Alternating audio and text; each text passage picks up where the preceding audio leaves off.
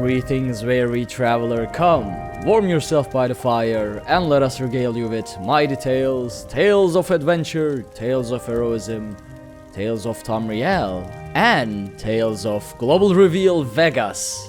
Because we have two people who has been there tonight, starting with Lotus of Doom. How are you doing, Lotus?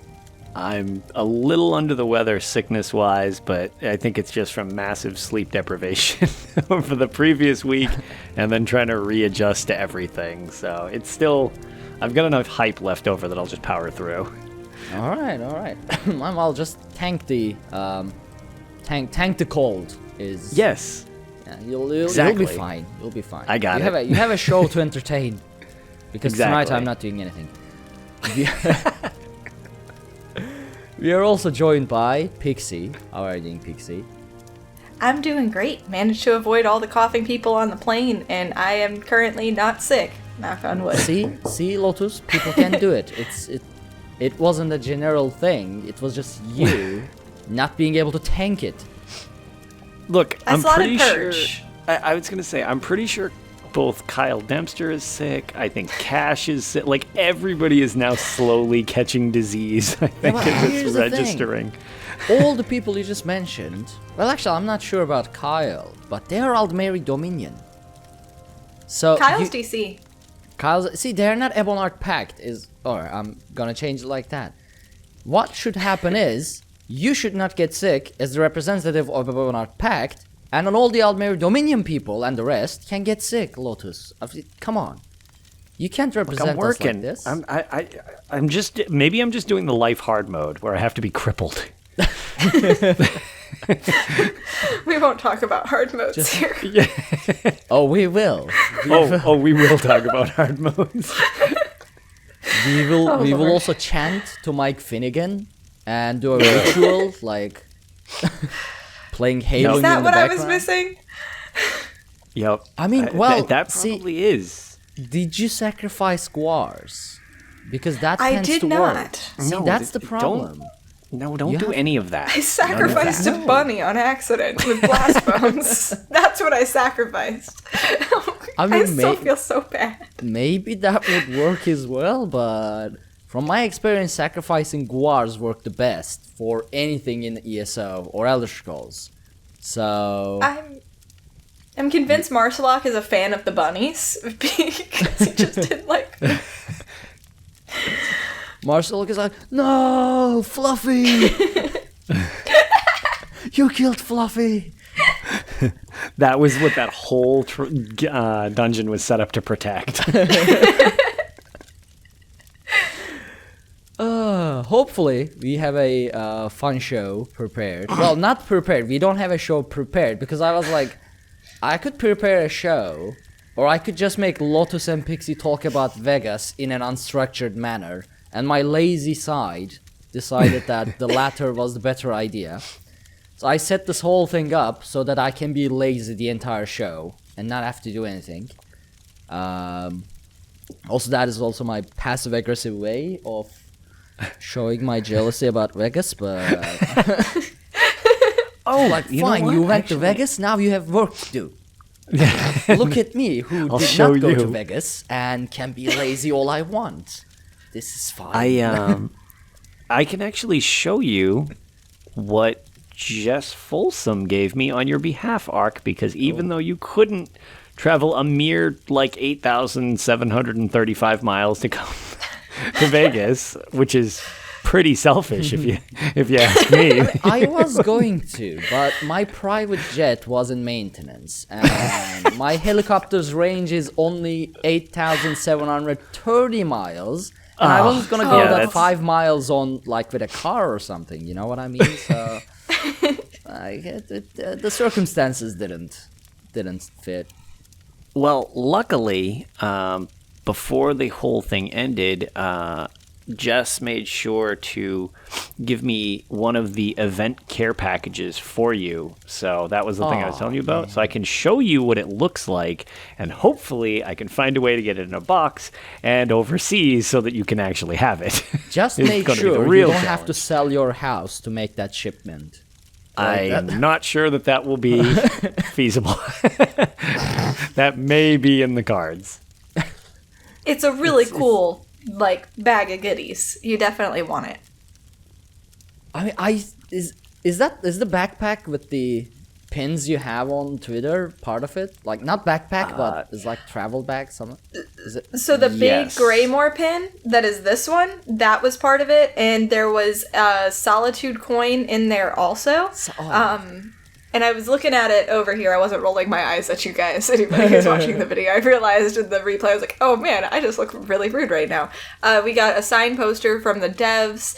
But the Greymoor pin itself is a good size, and it's really, really cool.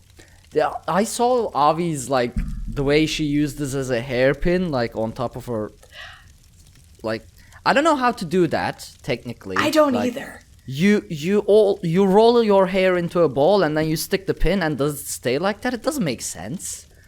So I had done it with chopsticks exactly one time and gotten it to stay, and like you kind of do this weird like weaving thing, and I haven't been able to figure out how I did it since. But she said she's going to add something to hers to make it a better hairpin. Okay, whenever she does that, make a I'm tutorial going to. as well. Yeah, do a tutorial. Boots do that would be awesome. The lithograph. Because I mean, I never tried a hairpin thing, but if I have that Greymoor pin, I'm okay to go to work with that. Like, just make one of those and stick it there. If I can make it stay. The risk of it is losing it by not doing it properly. So like you turn your head and the pin goes off and you're like, no. Yeah, I put mine on my purse. That way I knew it was very secured. And then I just like bombed it with all the other stuff that I picked up there. So, Ark, in this little baggie, which I'm attempting to get on stream, sorry for the audio peoples, that's your pin, and the, what do you call it, the collector's coin is in there too, just like the Elsewhere one. There's a new one for this one. See, so that's one thing about carrying an object like that is I'm always concerned whether if I fall, would this thing stab me? I have a couple World of Warcraft, well, not World of Warcraft, but Warcraft-related keychains. They are keychains, but I'm like, if I have this thing in my pocket, it's one of them is Arthas's, one of them is Frostmourne, the other one is Illidan's, whatever you call it. It's not a sword, but it's a weird thing. Like, if I fall, this thing is gonna stab me. And I was like, I'm not carrying this as a keychain. On that note, I was somewhat concerned because I did not check baggage. So they're a little more stringent on what you can use as carry-ons on a plane. There's a lot more restrictions. And as I'm going through, I was like, they're going to think this is a weapon. They're going to think I'm going to try to stab somebody with this because it is pretty pointed. I was like, I'm not getting through security. And ironically, that I was pulled off to the side. I was like, God, really? And I figured they were going to make me ditch it. And I was like, no. And instead, they pulled out my aerosol can of deodorant. And they're like, what is this? I was like, trash? Oh my God. I don't know. And they're like, all right. They're like, well, you can either check your bag or you can throw this out. I was like, I don't want to check a bag for aerosol deodorant. I was like, you can throw it out. They're like, okay, everything else is fine. I was like, all right, sure. Yep, sounds good. So, he's carrying like the entire Volundrunk in the back. But yeah. That's fine. Before we get started, so you also have that bottle thing I told you about. Here's your knapsack. What is a knapsack? It's like a little backpack. carry but yeah, it's like a little backpack. Oh. It's like a drawstring bag. So there's that.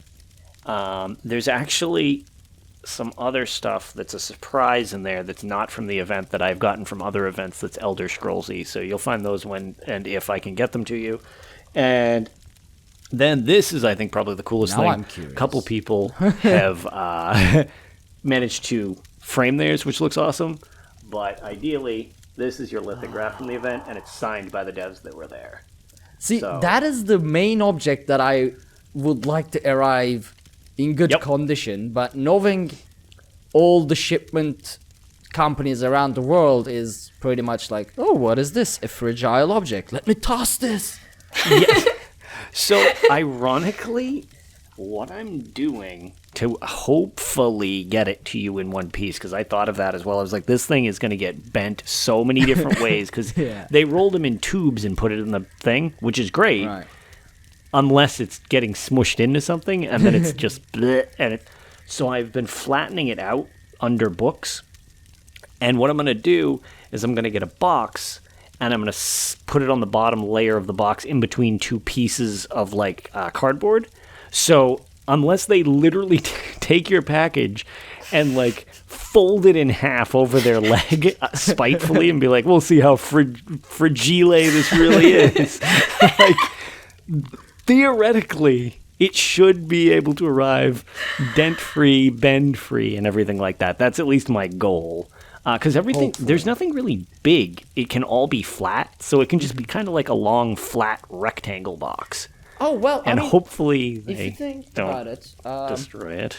So the unofficial Elder Scrolls podcast calendar arrived pretty fine, because I think a lot of people thought it was a document, like a official document. So even my company, so I gave my company address, because I'm always there. So should probably have you do that instead. I mean, yeah, the last thing I sent worked, but just in case. Yeah. But they were like, wait, you received like a document or something from Canada? And I was like, oh, I know what that is. But I didn't say that. They may have thought that I got like a job offer or something from Canada. I could have gotten fired. Oh no. Fine, God. Probably fired not, for a really cool calendar. They were like, because I was sick at the time, I had flu, so I was sleeping at home, and I was getting message from Slack like, oh, I think you received the document, I'm gonna put this on the locked room and whatnot. And I was like, yeah, sure, do that. It is valuable. It is much more valuable than a document. Then, of course, once they understood what it was, they were confused, but I don't care. The Elder Scrolls, so the Elder Scrolls fan co-workers, they were like, oh, how did you get that? And the others were like, what is that? Because you have the Mephala on the front page. On the cover. It is an awesome calendar, by the way. Shout out to UESP. I mean, everybody knows who they are because it's everybody's Wikipedia for pretty much everything. But nonetheless, their podcast is also great. And yeah, their design team that makes that calendar, that is super cool. I'm just trying to get the cat on camera for all the video listeners. Oh yes, I need to see the kitty. Yes, but she's like standing just out of my reach. Yeah, that's what they'll do. Before we go tonight, I'm gonna have to show everybody my new puppy. Oh yes, and you got a new puppy. There's lots of fur babies running around. All the fur babies. Come here, don't. Please don't. She sometimes steps on the audio cable I have, and it's like disconnects everything. And once that disconnects, all my PC crashes. There he is. Wait, this is the male one. I'm still learning. Aww. I only had them for 2 weeks. Say hello. He's so cute. Say hello. He's fluffy as heck. I love his little ear poofs. What? They're so Welcome, cute. new Khajiit. Okay, he can go. He has a tolerance of like 10 seconds to be held in. Yeah. In your. That. To be fair, that's pretty legit. Like, Boots likes attention until I try to put her on cam, and then she's like, what are you doing? What are you planning? It's like, you always want attention. Why do you not currently want attention? There's another one, but she's like, unless she comes up to you, she'll run away. Like, I would secretly like this to devolve into how things used to be with Ag. I want to just, I just saw her running by in the background. I kind of want it to just be like old times when Ag would be talking and he would just get Khajiit attacked. Yeah. Like mid-show. They see. Oh, wait. So, the one I just showed on camera, he loves playing with my hair ties. And I've been using dummy hair ties, the old ones. And because I just opened my hair on the show, I just looked and my hair tie is gone. So that's why he was around. Snagged it and not ran. Not to get a hug or anything. He snatched my hair tie. Yep. Oh, there it is. Yeah, it's like Now I'm just gonna leave it there. Oh, we still haven't been able to start the show. How? No, it's totally. We just covered all of Elsewhere. Yeah. I don't know what you're talking about. That was the story of Elsewhere. It ended with the Khajiit getting the hair tie. Problem solved. So before we begin, begin as in the proper get back on the rails is what I should say. We have a 5-star review on iTunes. Oh yeah. That I want to read. So this is from Nitty Belly, and I'm gonna bring this up. Fun to listen to. I can relate to almost everything these folks talk about. I got addicted. I also learned things about ESO I wasn't aware of. Beware, Aldmere Dominion fans. If you listen, you will learn certain casters have dislike for the AD and Guar. So that is me, AD and Guar. It's all in good fun. I'm a pact lady myself. There you go, the proper way. Blood for the pact and the righteous way. I'm hoping to hear what the cast thinks about builds. A good balanced build where I can survive PvE and PvP. Magicka Sorcerer, Dark Elf. Thanks, One Woman on PlayStation. So, to address it, it's all in good fun indeed. I definitely hate Aldmere Dominion, and I would crush it and burn it if I can. The Guar are evil. I don't hate them for, just being ugly animals, but I hate them because they are evil and they are trying to take over Tamriel. So I don't think that counts, because it's justified. Well, the Aldmere Dominion hate is justified as well because they are also evil and trying to take over Tamriel. That's true. They're trying to take over Tamriel, but they're very much not evil yet. The second Aldmere Dominion is nice. Queen Irene is nice. Well, she's good people. We gotta crush them while they are nice, so that they can turn into what they are in 4th era. You gotta I have a theory. I think if Irene would have won, we would have just kept the nice elves, and they wouldn't have had to do the jerk move that they did in the 4th era. And I think we would have been fine. Doesn't sound in the 4th likely. Aldmere Dominion. Because what need would they have to shift their focus to mean elves? If the nice elf thing worked out for them. But have you been to anywhere in Aldmere Dominion or Somerset Isles? Yes. I didn't see a nice elf. All of them are mean and arrogant. Irene is not. Irene is naive. You can't rule an empire. Irene is Irene. fantastic.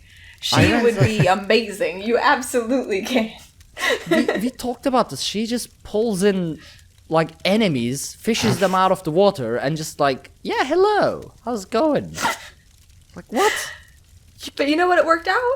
What is she gonna do next when she becomes? If you didn't assassinate her, so she was fine. Well, see, here's the thing. What is she gonna do when she becomes the emperor? Fish out Akaviri off the coast and be like, yeah, hello, welcome to Tamriel, invade as you will. She is not fit to be an emperor.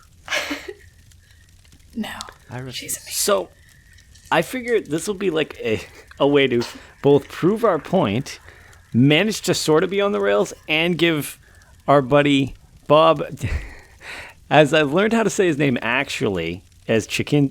Well, see, I'm going to screw it up anyway, so it's still Bob Chickens. I was going to try to say your name, but it's still Bob Chickens. However, is it Chichinsky? Yeah, it totally is, and you said it right. So, that's it, but it's Bob Chickens. That's just how it works. We've discussed this. It works better. Like Lemon Turtle, Bob Chickens, Yes. But on the flip side, shout out to them, Bob and his buddy Dog. They have started a podcast as well called The Red Diamond Courier. Yes. And they've got 2 episodes out. I've been listening to it. It's kind of neat if you do like the PvP aspect, because that's where their focus is they're more PvP types. But the reason I bring it up, other than that they're good dudes, and we can give them a little shout out here, is the fact that they do a leaderboard update in the most popular servers, which on all platforms, it's Calgranted. It's the 30-day CP campaign. For anybody that isn't aware, that's basically the Granddaddy campaign. And I would just like to say across Bob the chicken and his friend dog. Yeah, that's pretty much, actually, that's really how you should introduce yourselves, guys. Bob the chicken and his friend dog would be a good way of introducing. They do leaderboard updates, and AD is in dead last in all three of them. So No. just throwing that out there.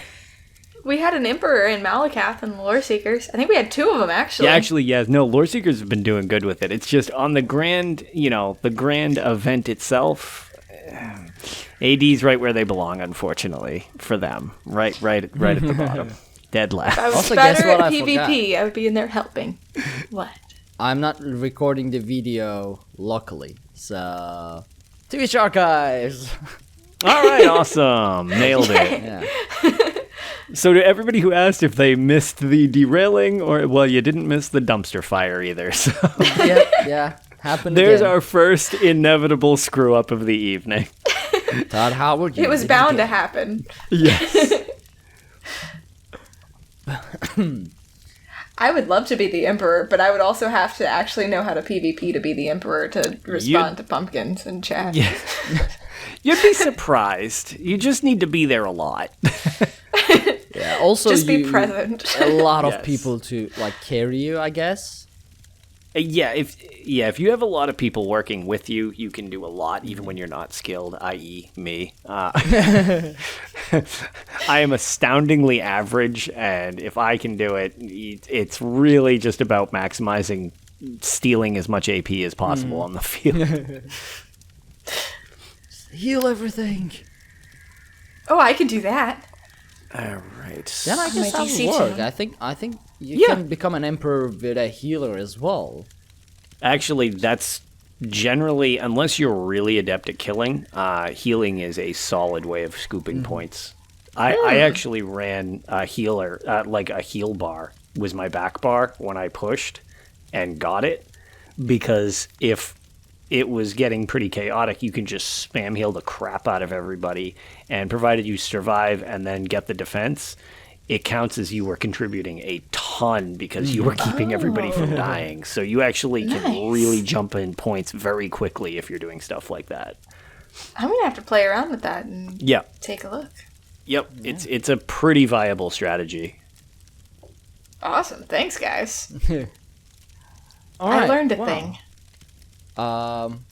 To actually go on with the show, I have a quick behind the scenes update. So, since I have the DCN content creation side, I've been doing the background stuff, transferring the accounts, things like that. But in that regard, we are going to be focusing on our YouTube as well. And we've been brainstorming with the lovely people you see here. And our first project will be towards the new players, the beginner players, who will, well, there will be a massive surge, I assume, with Greymoor, because Skyrim, what is my cat doing around my cable? They are not even around the... They move so fast. I so- see one behind you. Yeah, Yeah. the other One one's of- going yeah, on you're as going to get well. Blade of Woad before the show's over. But yeah, so we are going to be having videos on our YouTube as well, so I urge you to go subscribe. Shameless self-promotion. Yes. Well, not self-promotion, but self-plug, whatever. Yeah. I'm learning. I'm getting better at this. So, yeah. That was the behind-the-scenes update part. Very short, so that we Yep. can actually move on with news, which is Mid-Year Mayhem. It is on. It's a PvP event. It's early year. Yes. Mid-early year, does that... What, the name is lost to so the annals mid-year. of uselessness at this point. Not so Mid-Year Mayhem. Pretty early Yeah. year Mayhem. Sort Well, of out pretty of early time year Mayhem. Yeah. But But it it's is there, it is it's my happening. favorite event, so I'm happy that it is here, It's- regardless of the time. Yes, it's mine as well. And, it's currently happening. People are either all for it, all against it. It's it's a more divisive one than some of the others. But yeah, it's in full swing until February 4th, I believe it is. I think it's February Yeah, 4th, if I I'm not mistaken. think so. It's Yeah. like the first Tuesday in February. Yeah. I So think basically, yeah. I think we got like from beginning to end. I believe it's 13 days long. So you can get a decent amount of tickets out of the event. And it's 3 tickets per day, I believe. It is. Do one of any quest, because I've seen some people curious on that. One of any PvP related quest. So like completing something in a town, completing a battleground quest, not just the battleground itself. That's not what counts. Any of the bounty board things. Those quests that are in the Imperial City as well, those count. So just keep in mind it's a quest. It doesn't need to be against other people if you can sneak your way around it. So if PvP isn't your thing, you can try sneaking in, sneaking out, and if you want your tickets, and be engaged less with that if that's not your jam. I mean, the fastest... That's how I played last year.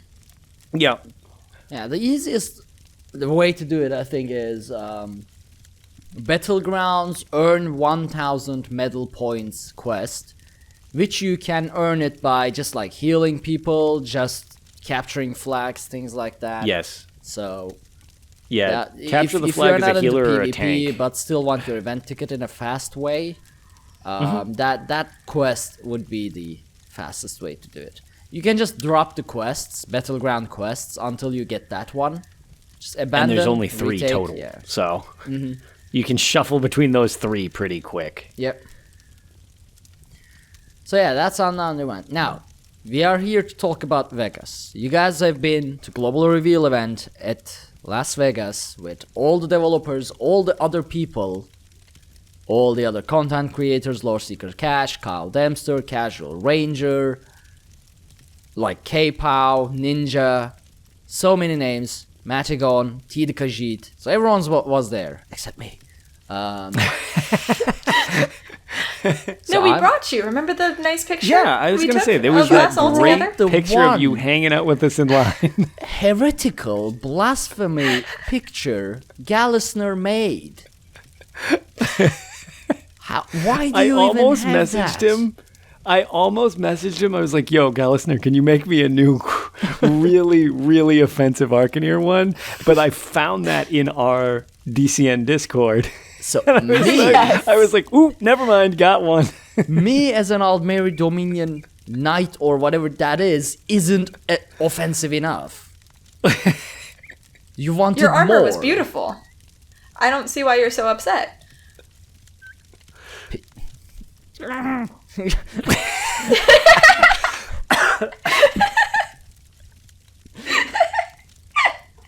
throw a tantrum here, like. I told you would find a way to get you to Vegas. Not like this. I'm gonna send one of these Khajiit to attack you. One Night for attacks. each. The crazy one I'm gonna send to Lotus. I have a 15-pound Khajiit who has literally attacked my face while I was live before. I think he will protect me. Or Or help the fight. Khajiit yeah, you send. or I don't yeah, know. yeah, just join forces. Yep. But So, yeah. it announced. Well, I haven't given up on the fact that I'm playing the long game like I did last time with Elsewhere, where my wild speculations at first didn't seem right, but eventually Naflargalargalargus showed up, proving my point. It took multiple DLCs before it all came together. But it came together. So I have not given up on the fact of wild speculations about we're going to get like spellcrafting or something along those lines. Whiterun and Winterhold. Whiterun and Please. Winterhold. I mean, it's pretty apparent that one of my predictions of Blackreach is clearly the trial. That's going to be tough to pull through since they've announced the trial. It's not Blackreach, and Blackreach is an explorable zone. So that's going to be rough for me to dig my way out of being wrong on that one. However, that sounds right on awesome that. with the zone coming out for the chapter. So I suppose we should like just go over what they announced. Well, I Yeah. think Pixie was gonna say something. Yeah. She looked like she was about to say something. Yeah, I was about to say, I, on the other hand, was right on like 90% of my predictions, except for Blackreach as the trial. So I was bragging the entire time I was there. Yes. You were a little more, on point with predictions. Whereas I was like, damn it, wrong again. One day, Lotus. One day you'll get it right as well. Don't. Oh yeah, no bards. That was the thing that I missed on. I was really expecting bards since we got Solitude. Yes, I think a lot of people were, and I mean, so I guess instead of bards and instead of a lot of people were mentioning the Dwemer Tinkerer line and stuff like that, and that seemed, I don't know, that to me seemed a little off. I could buy the bards thing, that seemed like that would work, but instead they came up with antiquities, which nobody seemed to expect because that came out of left field. Yeah. And that I'm sounds so excited awesome. for that. Yeah. And people seem to be most excited about antiquities, so... Yes, I've noticed that. Yeah. We did a giveaway tweet asking people what they think about Greymoor. And more than half of the replies was like antiquities. Yeah, that is antiquities. So, and I think I'm most excited about antiquities as well. If I ignore the zone being Skyrim, I was going to say, other than the zone itself, same here. I think antiquities. I was like, oh, that sounds awesome. Like that just sounds really fun.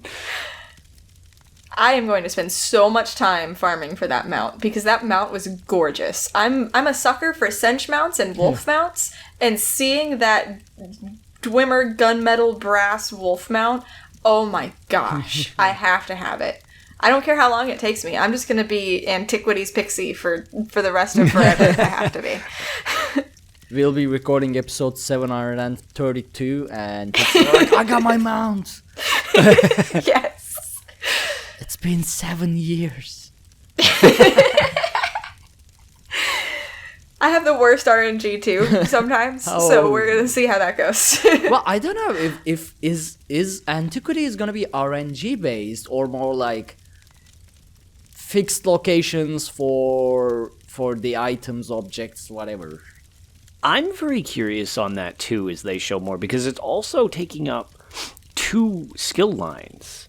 There's one for the scrying and one for the digging. Mm-hmm. Which is interesting, because for them being full skill lines, that seems peculiar. Like, how many skill things can you possibly have in that? Like, better ability to tell colors or shapes? Like, I don't know how you can have that many different skills in the thing. So, I don't know. I'm very curious to see how it works out as they explain more about it. Also, are we gonna get a digging emote so that... like an emote, so that when I kill some AD in Cyrodiil, I can do like digging. Yes, that would be good. Well, that would be good. And I was gonna say, I do know people frown on doing push-ups on dead people in Cyrodiil. I usually just do slash. Is that frowned on? Yeah, that's pretty frowned on. Yeah, you get some. You want to trigger some real nasty messages? Do that to somebody. People don't like that. But digging seems like it would be. Personally. Yeah, digging seems like it would be more universally just like insulting as opposed to offensive somehow. I'll just do slash sweep. Like, yep, sweeping. But yeah, I don't know. That system, similar to you, other than the zone itself, I'm super, super big into that. That sounds really, really good. And I'm curious to see more than just the 2 things they made reference to. What other artifacts do we get? Because we know the mount's buildable. There's that chest piece they referenced that when you block, it gives you magicka. There's the necklace that you're speedier, but then when you're out of combat, you're even speedier than that. Those are neat. So with One Piece things, there is a lot that they could probably do with that. So I'll be curious to see what they do to flesh that out. They did mention furnishings as well, which I'm super excited for. Yes. I'm curious, like, this is either gonna break the balance of the game completely, or it'll bring, like, it will be very fun to try out new weird builds. Yeah, I'm excited to see how it goes. I know I want that chest piece for my tank. Can I have my hair tie back, guys? Do we have a Khajiit attack? Oh no, they pushed it under the sofa. Oh, now they're gonna try to go under the sofa and get stuck. Oh my goodness. Rip. Need to continue for a second while I. Oh, one of. Hold on. Yeah, you guys can. I'll be. All right, we got this. Ark's gonna go. We could do it. He's gonna go try to fight the Dominion. So. See, they heard all of the crap he was talking about the Dominion, and this is his payback. Yep, the Dominion is taking all his stuff. Irene sends her regards. Well, since Ark is gone, what do you think about the split on the landscape of what's available with Blackreach being an explorable zone and it's 40% of what we're going to get for the map? That's insane. I totally did not expect that at all. But Neither I'm really did I. excited. I recently had started a new Skyrim playthrough. It was a while before we even got the maps or anything. And I did the mod where you can start, it's the Live Another Life mod where you can choose your start location. And I ended up starting in Blackreach, which was terrifying at level 1. So that experience has made me really excited to go into Blackreach, especially since we're getting this creepy story. I was like, that is perfect for this. It is amazing. You stick vampires down there, and that's a whole thing in and of itself. And then plus we have the Overland, which is my favorite portion of Skyrim. And it's just amazing. And I cannot wait. I saw the glowy quartz rocks, and I was like, oh my god, I hope that's a housing item. It just looked gorgeous. I cannot wait. I'm very excited. I want Crimson Nirnroot. Yes, me too. I want a pot of it in my house. I want annoying amounts of Crimson Nirnroot. Most definitely be either part of a quest or just be I a would new think they- crafting material. Right. Because, you got the Dragon's Blood, Dragon's Bile, True. and powdered Mother of Pearl, and Clam Gall. They keep adding just one or two.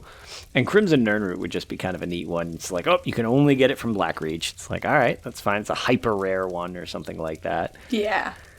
But yeah, having that as a huge explorable zone, very cool. And it's also neat the way that they've... there's still room to do stuff in the Skyrim region, but they didn't have to cheap out and do... Oh, well, here's just the westernmost portion. Well, that's all we can do. It's if they're doing Blackreach 2, they can fill it out to the full chapter size, and then still for... I assume what they're going to do later on in the year for Q4 is probably fill in the other chunk that we're missing. And that's about the equivalent of the size they give us for other events and stuff like that. So it will make sense, but at the same time, they're not shortchanging us on overall size of stuff. Because otherwise, that would have been a weird split to... It's Right. Yep, so here's your couple of towns. Enjoy. Honestly... I'm skeptical about Blackreach because while the Blackreach is fun, 40... Oh! Cat! Get here. There's like a a delay in long the jump video. onto I the know, and I desk. heard a little thunk. Oh, there's the video catching up, and it did the little shake. What are you doing, you ninja?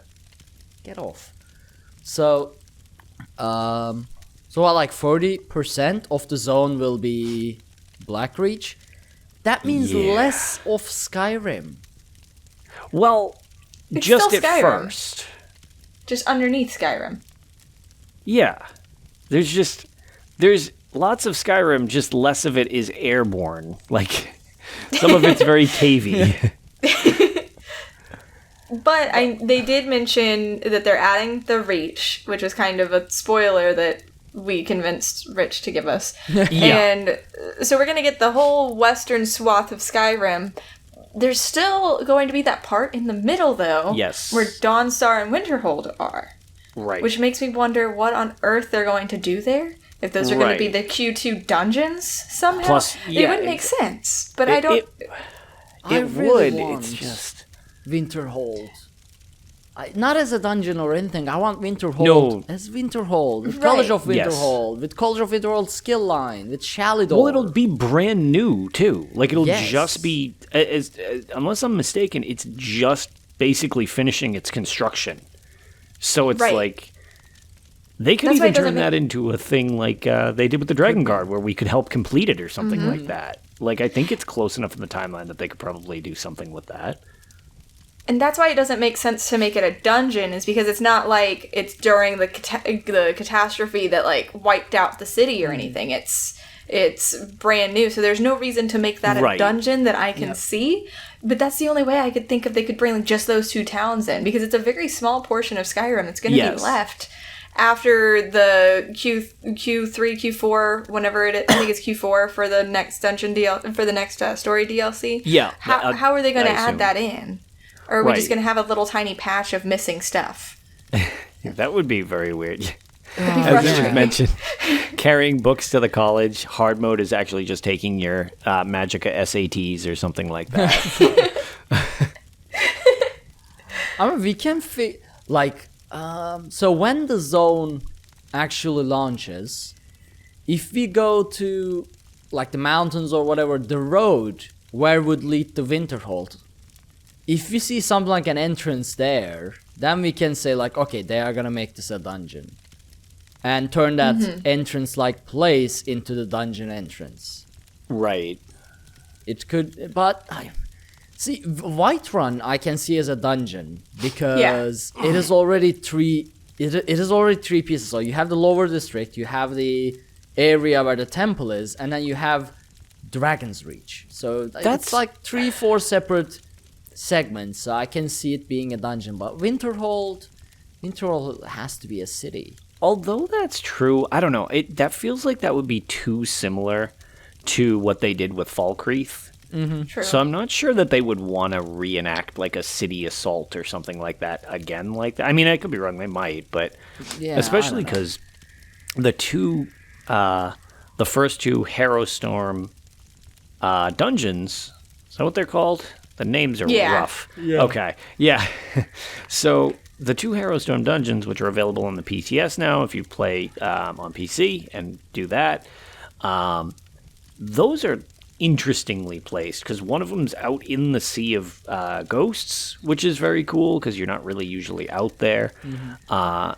And so I would almost assume if they're going to do dungeon stuff, it's going to be like that. More of like, okay, we're going to give you some points around the area, as opposed to like, oh, we're going to just take chunks of Skyrim and give it to you. So I hope they stick with that as opposed to sectioning off parts to distribute. Like, I don't want a city dungeon. I want to explore the city, not fight things that... Kitty, what?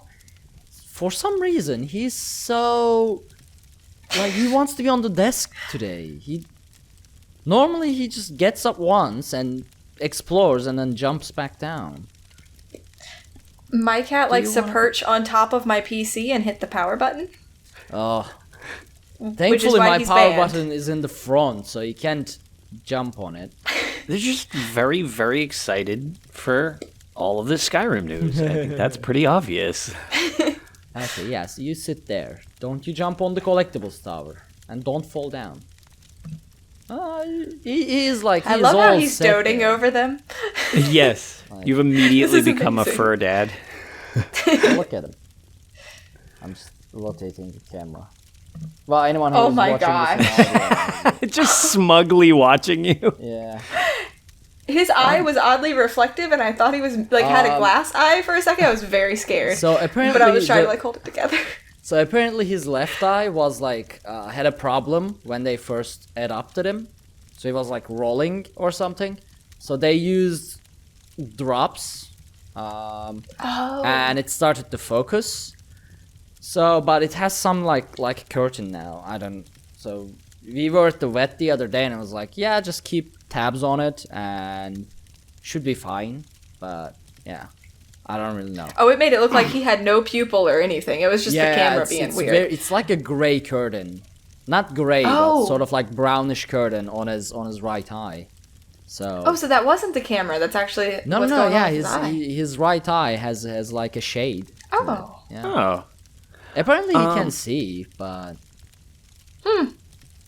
Yeah. Poor kitty. I hope it gets better soon. Apparently it doesn't get, like... There's no fix or treatment to it, but... it can not get worse. So that is the hope. He seems happy. Oh yeah, he is. He is a crazy weird Khajiit. He keeps attacking me at night, like, because I move under the blanket and he doesn't know he can't understand that it's me under there. So anything moving under the blanket, like, I turn and he's like, he jumps and attacks me. I move my hand and he's like, poof, poof. So I gotta attack this. He's been keeping me awake for the last couple of weeks, but I love him. Oh. Isn't that right? Oh. And so to answer a question that's in chat, and also because it's really cool, and to me, I always think of the Mages College or the College of Winterhold whenever I think of this place. Labyrinthian is going to be a giant public dungeon. Oh, right, yeah. Yes. I was going to say, that is a super cool idea. I wanted to check to make sure I had that right. Yeah, so it is Labyrinthian that's the public dungeon, correct? Yes. And did they mention that there's just... Because there's almost always 2 public dungeons when there's a public dungeon. Is that the only one they mentioned? I can't remember them mentioning another one. Yeah, so I guess the other thing that's kind of interesting is since we'll be going in and out of Blackreach, I don't remember who originally brought this up, but remember the on Somerset Isle, there was that very big ocean cave for the public dungeon where you would go in one side and you would essentially pop out the other side of Somerset, like on the island. I'm wondering if, much like in Skyrim, that Blackreach will just have several entrances all over the place. No, And you can I just would pop think so. up and in out at different points because of the Dwemer lift that was in there and yeah. stuff like that. That would be kind of neat to have multiple access points into like an underlevel below the map. That would be awesome. Yeah. I would think that's how it's gonna be.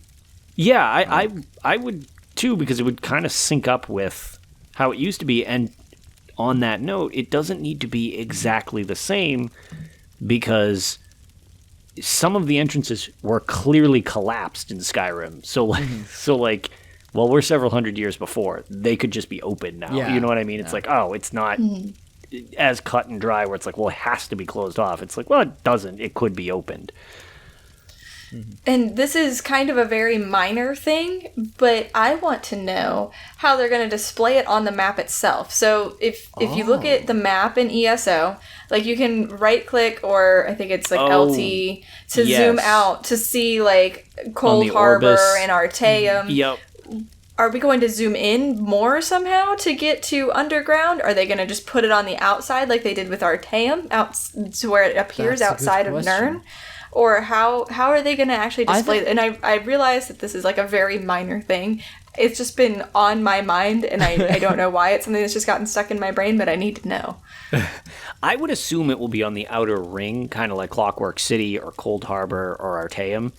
Yeah, but here's the thing. Those are individual zones on their own. Blackreach will be part of the Skyrim zone. Yeah.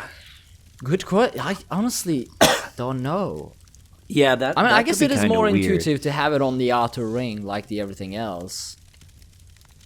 Because I guess But- Clockwork City isn't technically outside of Nirn because it's a mini thing. So I guess it would just follow Clockwork City suit. I forgot about Clockwork City.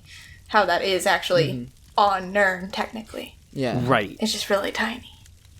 It's just very tiny. So I don't know. I'd be very curious to see as we get there, because like the dungeons that we started, I mean, they're keeping the same method of distribution. People were curious if they'd mix it up at all. It seems like it's the standard dungeon chapter, dungeon story zone expansion thing. So the dungeons I've heard are fun. People seem to like them or whatever. One of them's pretty creative from what I've heard. I don't know. I'll find out when they go live because I don't have the ability to test them or whatever. But I'm very curious to actually see more of this zone thing, because it sounds very different design-wise than some of the other stuff they've brought to the table. I mean, this will be the first time we'll explore, like, go underground, not as a dungeon delve or whatever, but actually as a full-on zone. So Right. the design of it is going to be interesting. Like, are we going to be running around in little corridor caves between the areas, or is it just going to be one super massive underground cave? Right. And the And other thing, are we going to have cities there? Are we going to have people, dwellers? yeah, there's that Ooh. Castle Greymoor is supposedly down there, or whatever it is. Oh, yeah, the That they did vampire. the panoramic shot, which people have got a lot of speculations on that. I assume that just Greymoor, since we're not fighting Harkon people specifically, but obviously there's some degree of master vampirism strain going on here. I assume Castle Greymoor, it's probably, the Greymoor clan or something like that would be my assumption is where this is going. That's got to be like the name of these dudes, because we've never heard of them, so if they get wiped out, well, whatever, they're dead. They're dead later on in the series anyways, I assume, so... Wasn't Fort Greymoor next to Whiterun? Yes. Skyrim. There is a Fort Greymoor. I think isn't that the place you fight the first dragon? Yeah, it's a bit further than that. That's the watchtower. Oh, But okay. A bit Yeah, further that's what I'm than mixing that up. is the fort itself with vampire occupants. Well, bandits, but apparently it used to be vampires there. So Yeah. you're gonna get Whiterun, whatever the devs say. I say I don't care. Everything shows to Whiterun. I want my Whiterun. I want the Companions Guild line. So there's that big castle downstairs. And if we are going to have some kind of town down there, I wonder if didn't the lore master actually mention that not all of the vampires are bad? So are we going to have it's almost a joinable faction where that's going to be where your underground crafting hub, because obviously there's going to be Vampire towns City. up top. Oh, that is an interesting thought. Yes. Because Where if you they're not think all about just gonna it, they murder were you. actually... Well, I mean, if you think about it, from Skyrim, not all of them attacked you on sight. Some... Well, the feral ones, like Blood Fiends and whatnot, they're crazy. But other vampires, unless they are bloodthirsty, they're you can actually go into a dialogue with them. Make a deal, whatever, things like that. So there could be a vampiric city down. Oh, that could be interesting. Like a I think city that would of be a lot of fun. vampires. Yeah. And Also- you It'd be will great get for role attacked players, randomly too. or something. I don't know. Just a note on Greymoor, because I totally didn't just UASP Greymoor. Apparently in Elder Scrolls Arena, which I cannot confirm because I have not found this place, it was actually called Blackmoor, and then it became Fort Greymoor at a later point.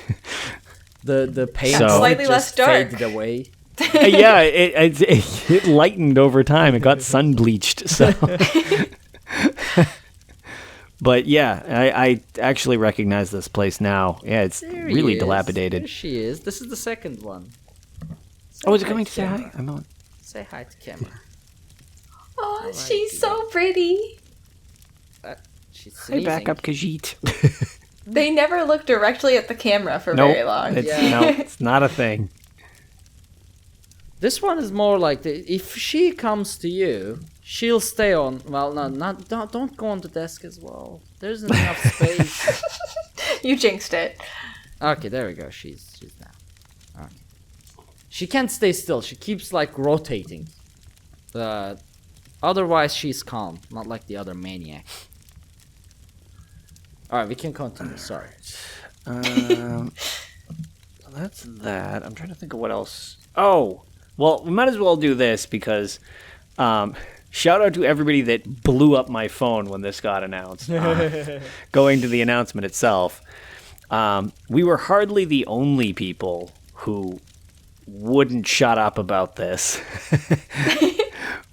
But on the flip side, we would like to take credit for largely spearheading the obnoxious assault on this of we wanted a collector's edition. And Yes. we totally got Yes. a collector's edition. They brought it back. It is very cool looking. I know you were a little let down because you got a vampire statue, you wanted a big Nord statue. So I get that. I wanted a big Nord statue, like with an I axe, like Greymoor, or one of those like in Skyrim and Blackreach, you see them with the horn, with the eagle. I wanted something like that, not an ugly vampire lord. I saw the Vampire Lord vampires? statue in person, and it looked really cool. I like Vampire Lords. They are I ugly. care. Well, you like Altmers as well, so it figures. Who are beautiful. Who are ugly. Creatures of They are perfection. yellow, banana-looking, weird, shaded, pointy-eared things. They are gorgeous. I stand sold. by my opinion. I'm sold. I will spam you with pictures of my beautiful Altmer from in-game. Oh, God. I mean, I'm gonna buy the collector's edition. Don't get me wrong. I mean, I hate Vampire Lords. I'm a werewolf person, but I'll still buy it. I don't care. I wanted it. Yeah, so I totally pre-ordered mine like as soon as I could. I as much as I like to rip on things, when they're done poorly and praise things when they're done well. I would like to bring up the fact that they needed to make a specific note that, what do you call it? When they were announcing the pre-orders, they needed to make a special note of, except for the PlayStation audience, because it's out of our control. We'll give you the stuff as soon as we can. I was like, thanks, Sony. You really, great job, guys. Oh, Sony. I mean, another thing is this collector's edition is about 30% more expensive than the previous ones. I don't know why that is, but it is what it is. So comes with 4 coins as lot. well. Yeah, it comes with the coins. It comes with the map. It comes Also with no the art statue. Book. There is no art book. There's the version of the game. The one thing that also they're adding, which I, as a cheap ESO player, appreciate, is you get a month of ESO Plus. Mm-hmm. That's pretty sweet. That is a month of craft bag where I can be like, that holy alone crap, is like I have a craft bag. $13 or something like that, so... It's $14.99 over here in the States, and it is giftable, so if you're somebody who subscribes in advance, you can gift Also it to very another cool user. that you can give it away if you would like. And then I believe the pre-ordered stuff is you get like a Crown Crate, a mount, all the usual cosmetic stuff that goes in my collection that I never notice exists.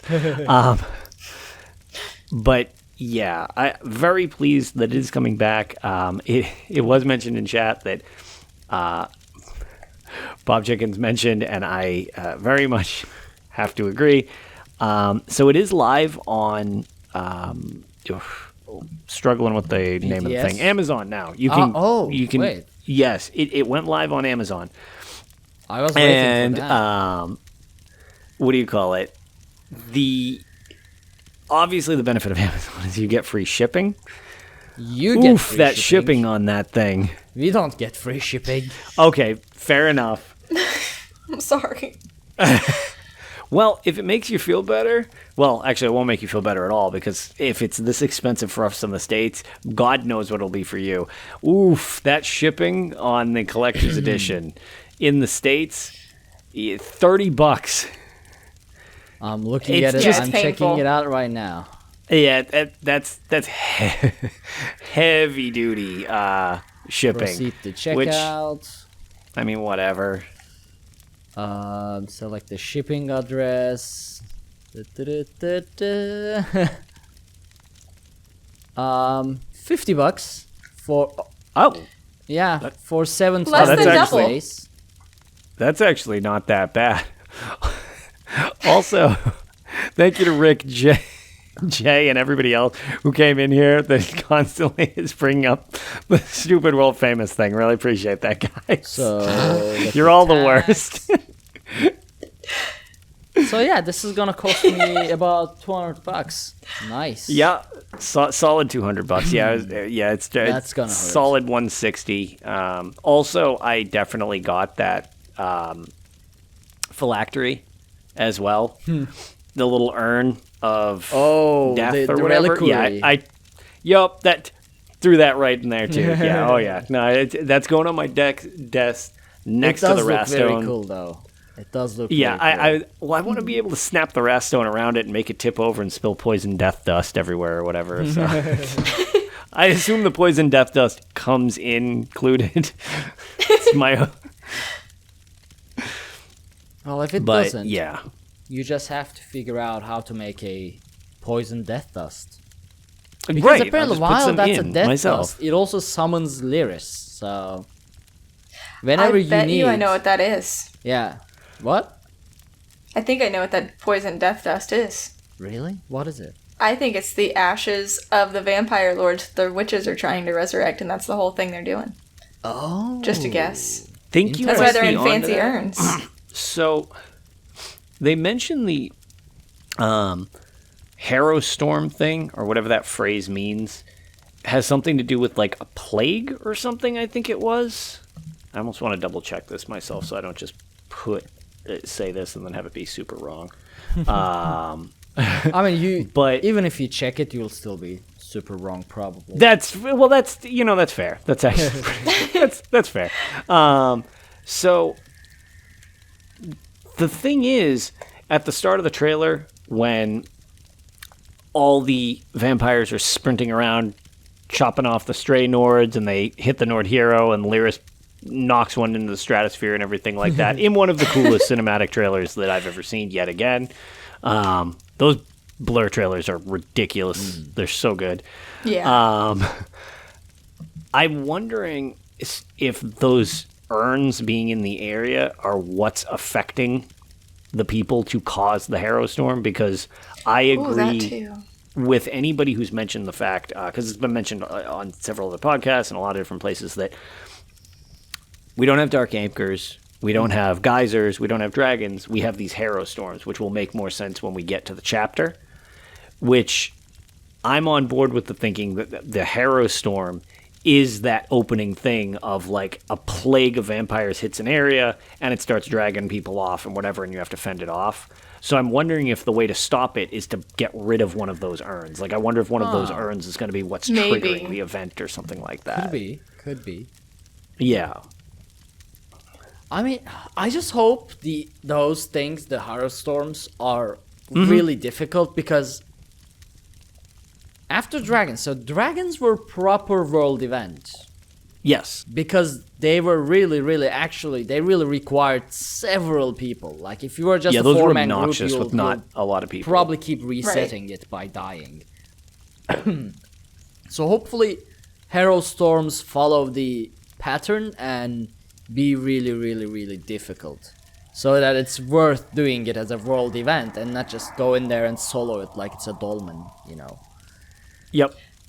I do really like that. So dragons and elsewhere, like, that's big and in your face, and I like that they're taking a more subtle, creepy, supernatural, dark route with Greymoor, because it's really hard to top dragons because of how big and powerful they are. So you almost have to go the complete opposite direction in, you can't see this thing that's killing you. It's killing some people, but we don't know why. It's not like the big, scaly jerks who are coming and burning your cities.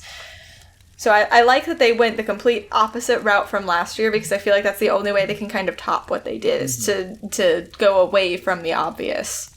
Yes. And as well as people had a lot of issues, even we did on the podcast to varying degrees, about the existence of dragons and whether or not that was hugely lore breaking or whatever. Side note, so glad they did not try to shoehorn like, that mechanic is very cool, but leave it in elsewhere where it was. I'm so glad that they did not try to shoehorn it into Skyrim as well, even though it would kind of make sense. Oh, yeah. Well, I mean, I kind of wanted to go up to High Hrothgar. I mean, you brought dragons. Why not just show us High Hrothgar as well while you're at it? But Right, why not? also, Berserk Zod just rating the show with 20 Yes. people. Thank you Thank so you, much, Zod. and welcome everyone, where we Yes. talk about all things Elder Scrolls. Right. Our chat interaction isn't as high because we are in podcast mode, but we are glad to have you all here. Just want to sneak that in there. And High Hrothgar, I want to go up to High Hrothgar because the entrance, the road to the steps is there, blocked by a tree. We killed Daedric, well, not killed, but we banished Daedric princes, and we are prevented from going up the High Hrothgar by a tree. And I don't think that's right, unless that tree is more powerful than Molag Bal himself. Which, I mean, I wouldn't judge if it is.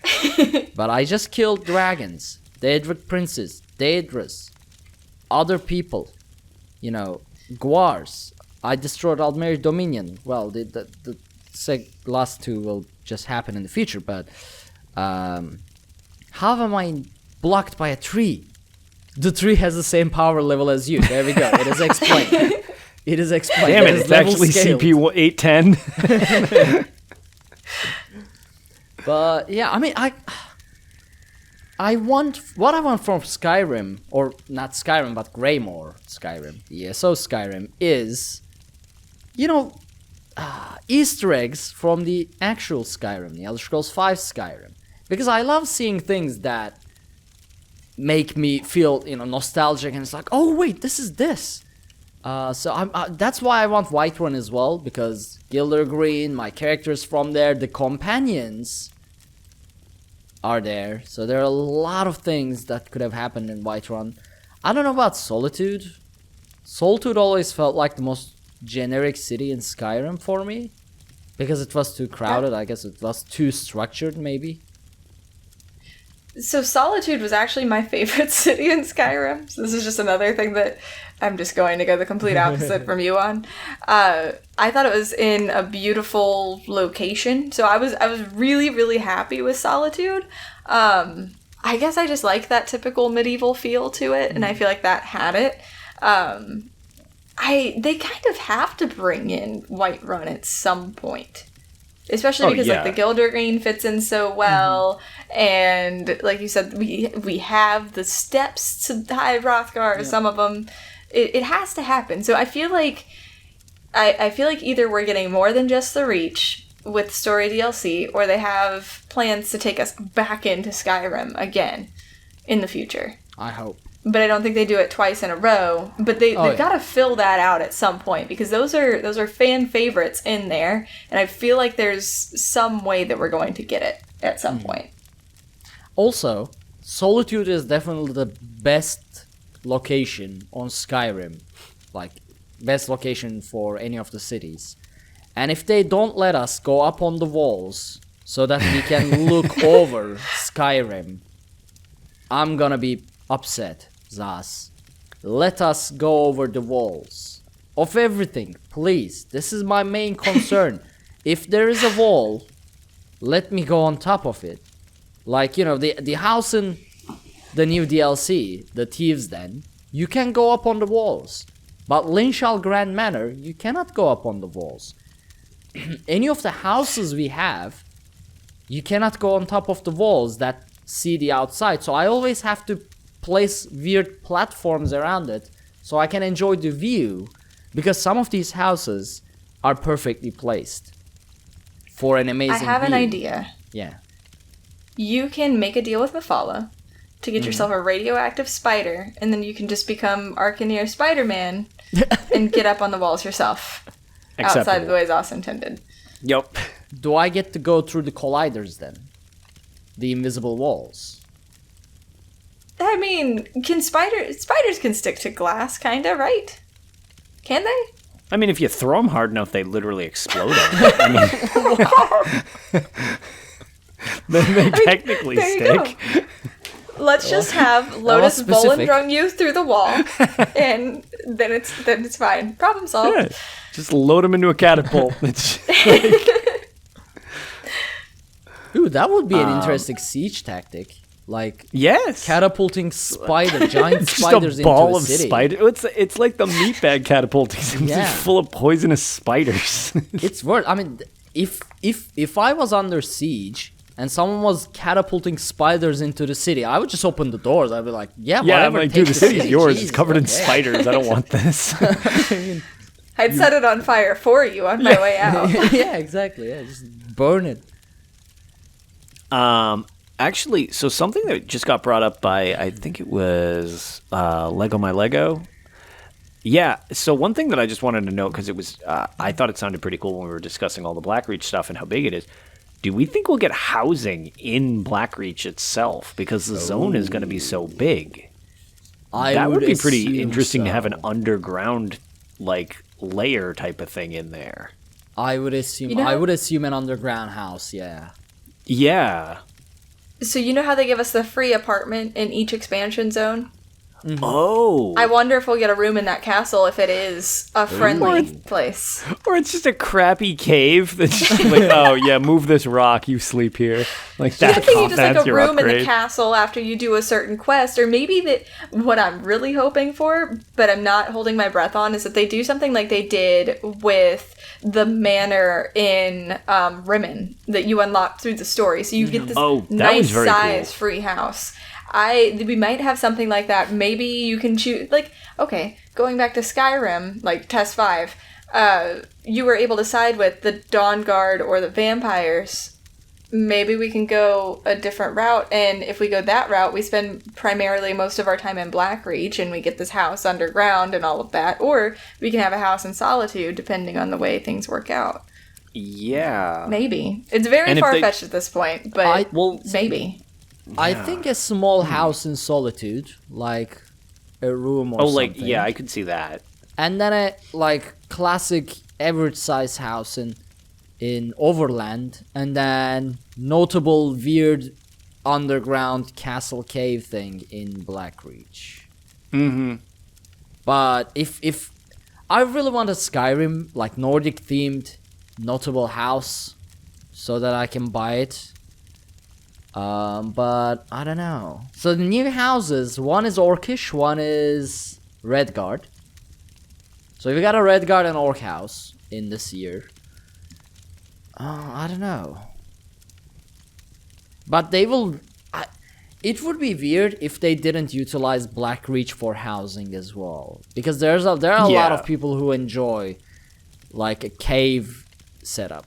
So That would look really cool because like you'd probably have the built-in like mushroom formations with the glowing ones and everything like that. It just have a very if they different make aesthetic. a housing item out of those, like a light source thing, That would be awesome. yes. Most definitely, I would assume. with like different colors and everything. Come on up, kitty. Because I No? think they have some blue ones now, or they did, because I think I had a bunch of them on PS4 that I had bought before They I are switched super to PC. blue though. Like they are not Yeah. like Blackreach Right. mushrooms. They are very bright. Blackreach mushrooms are more shimmering, I wanna say, like glittery. Yeah, you're thinking of like the glow stalks and stuff like that. Yeah. Yeah. I like the glowy purple quartz rocks. I need that as a housing item. I have to have it. I don't remember. I don't care how those. much it costs. I posted a screenshot of it a while back. It was like this one frame during when they were talking about Blackreach where you saw like busted open quartz rocks and it was glowing purple. Oh. And I was like, oh my god, it's so beautiful. I have to have it. And I need it. Oh, Bob actually makes a good point. I bet the Blackreach house will be an open zone like the Cold Harbor and Moonsugar Meadow ones. That makes could be. sense. Yep, Yeah. I could see that. The other thing, just on terms of what we had mentioned with the Elsewhere one, where as you complete stuff, it unlocks more of it. Theoretically, I mean, this isn't totally unique because something like this was in Fallout 4 expansion for completing a Overseer expansion where you were building a vault. But in terms of extending it out like that, since you're in a cave network, theoretically you could dig out holes in the cave to extend your place if they did it piecemeal like they did with Elsewhere. True. So you could start with like a crappy little hole in the ground and like offshoot down caves or whatever. And that's how you could do it instead of making portals to go there. And that would be a way to storyline stagger how quickly you get it instead of just like, why is suddenly this house having more wings in it? That doesn't really make any sense. So you could just not have access to them at first. Yeah, that could be it. I can see that work. Yeah, I mean it's there is so much to consider. With all that they gave us, there's still so much that's just like, what's happening? Like, Like they just gave us two things. They were like, yeah, Antiquity system, Blackreach underground zone, and Solitude. here's a really cool cinematic piece. Yeah. It's like, no! You know, Lyris Murder Stomp. Lotus. I do that ever since I was a kid. I like take two words and just switch letters. I don't know why I do that, but it's been a thing. So Lyris Murder Stomp or Lotus Riss Stomp. Nice, I like it. That's gotta be a skill. I want that skill. There's so many. I can't wait to see. I'm very excited to get my hands on the new dungeons, but Yep. like this is one of the first times that I'm kind of so interested in what the chapter is bringing. I'm kind of like, yeah, dungeons, great. That's because I'm never like that, but I'm kind of like, yeah, dungeons, get them out of my way so I can get to I want to get to the meaty bits. Like the not endgame stuff is actually more what's interesting me about this than the endgame, because there's a trial too. Okay, cool, whatever. Like that's so low on my totem of interest in the grand scheme of things. Although it does sound like it sounds cool. It's supposedly the same type of length that they were doing with Sunspire, except the trash, which they made a point of saying that the trash has feelings too, so we don't like to call them trash, is supposed to be a little more formidable this time. Each thing still has its own hard mode, so it's not like all or nothing again. And but it's not like a you can do this or this. It's much more linear, like a lot of the old trials, which is also fine with me. I don't care. Whatever works. Right. I still haven't done so many of the trials properly. Me either. Yeah. I'm way behind on trials. I've done Sunspire, and I've done Cloud Rest, and I've done AA Asylum. I can't remember the name of it. Asylum Sanctorum? You're on the missing. No. Clockwork I one? was. No, AA is. Oh, Ethereal Ethereal Archives. Archives. Yes, thank you. Yes, that one's gorgeous. Yeah. It was really cool. Except when the final boss bugs out and she's like high up in the. I literally couldn't even. I was about to make a final boss bugging out joke, Yeah. and you jumped on it before even I could. Because I'm like, yeah. So like when you're tanking those axes, and they're just like, yeah, you know what? I'm done being amused by you. I'm gonna just go kill this random DPS. It's like, what are you doing? I have your aggro. Why are you doing this? Hello, welcome back. Yeah, the Kraglorn, I don't know. I like them all. I'm a fan of. Well, I like them all except the Halls of Fabrication. They're all great, except Halls of Fabrication, which I don't like. I have not had the pleasure of trying that one. Is Halls just- of Fabrication with the one massive Dwemer Colossus at the end? Yes, Ah, that yeah. that is. Even that's on Halls, it normal, the that was Morrowind one. painful. Yeah. It's. Oh, apparently Halls is getting nerfed. Oh, really nerfed. Which is interesting because that's one of the more grueling ones. So that's going to probably bother a lot of people who are grinding for TikTok Tormentor, because I know that's still a beast to get. But like, it's not that I dislike it. That to me, as somebody who's like, I still joke that I'm not an MMOer. I'm an ESO player, and MMOs are whatever. But it's just. That one felt the most like a raid, so to speak, or what I thought of as a raid, where it's kind of just long and kind of daunting. So it's like, it was fine, but without checkpoints, it was kind of like the first couple of times we were doing it, it's like, ugh, okay. Like, that's cool. We got to restart from the beginning again. So it's just, that's not as much my jam, but, yeah, that's interesting to see that it's getting nerfed. And yeah, as Berserk Zod mentioned in chat, us probably seeing how many people can actually clear it. I heard that was a thing originally with the Maw of Lorcage, where they're just like, so I think when I saw the stat, it was like 2% of the community has cleared like the Maw of Lorcage, period. Oh, And I'm like, what? I was like, that's not even vet. That's just anything. I was like, that's so comically low. Like, oh my God. But then you try to do a pug group with Not the people microphone. That was incredible. Just straight up headbutted the microphone. She just headbutted the mic. See, I told you, it is just like having Ag back. I told you you were the new Ag. You didn't believe me. Yeah, you try to do, Mauve Lorcage, and even on normal, which is not that big of a deal, and you get to twins, and it's just rip the party if people don't want to listen, and nobody wants to listen. You say stand still, and people start running at each other, and you're like, match your colors on their head, and people just start freaking out, and you say move clockwise, and everybody goes in a different direction. You're like, I've never seen a clock move like that. Why are you moving like that? So, it is what it is. But it reminds me of our Halls of Fabrication run. So Geo is our Dragonborn's basically best DPS. And at the final boss, apparently you need to stay still during the poison phase.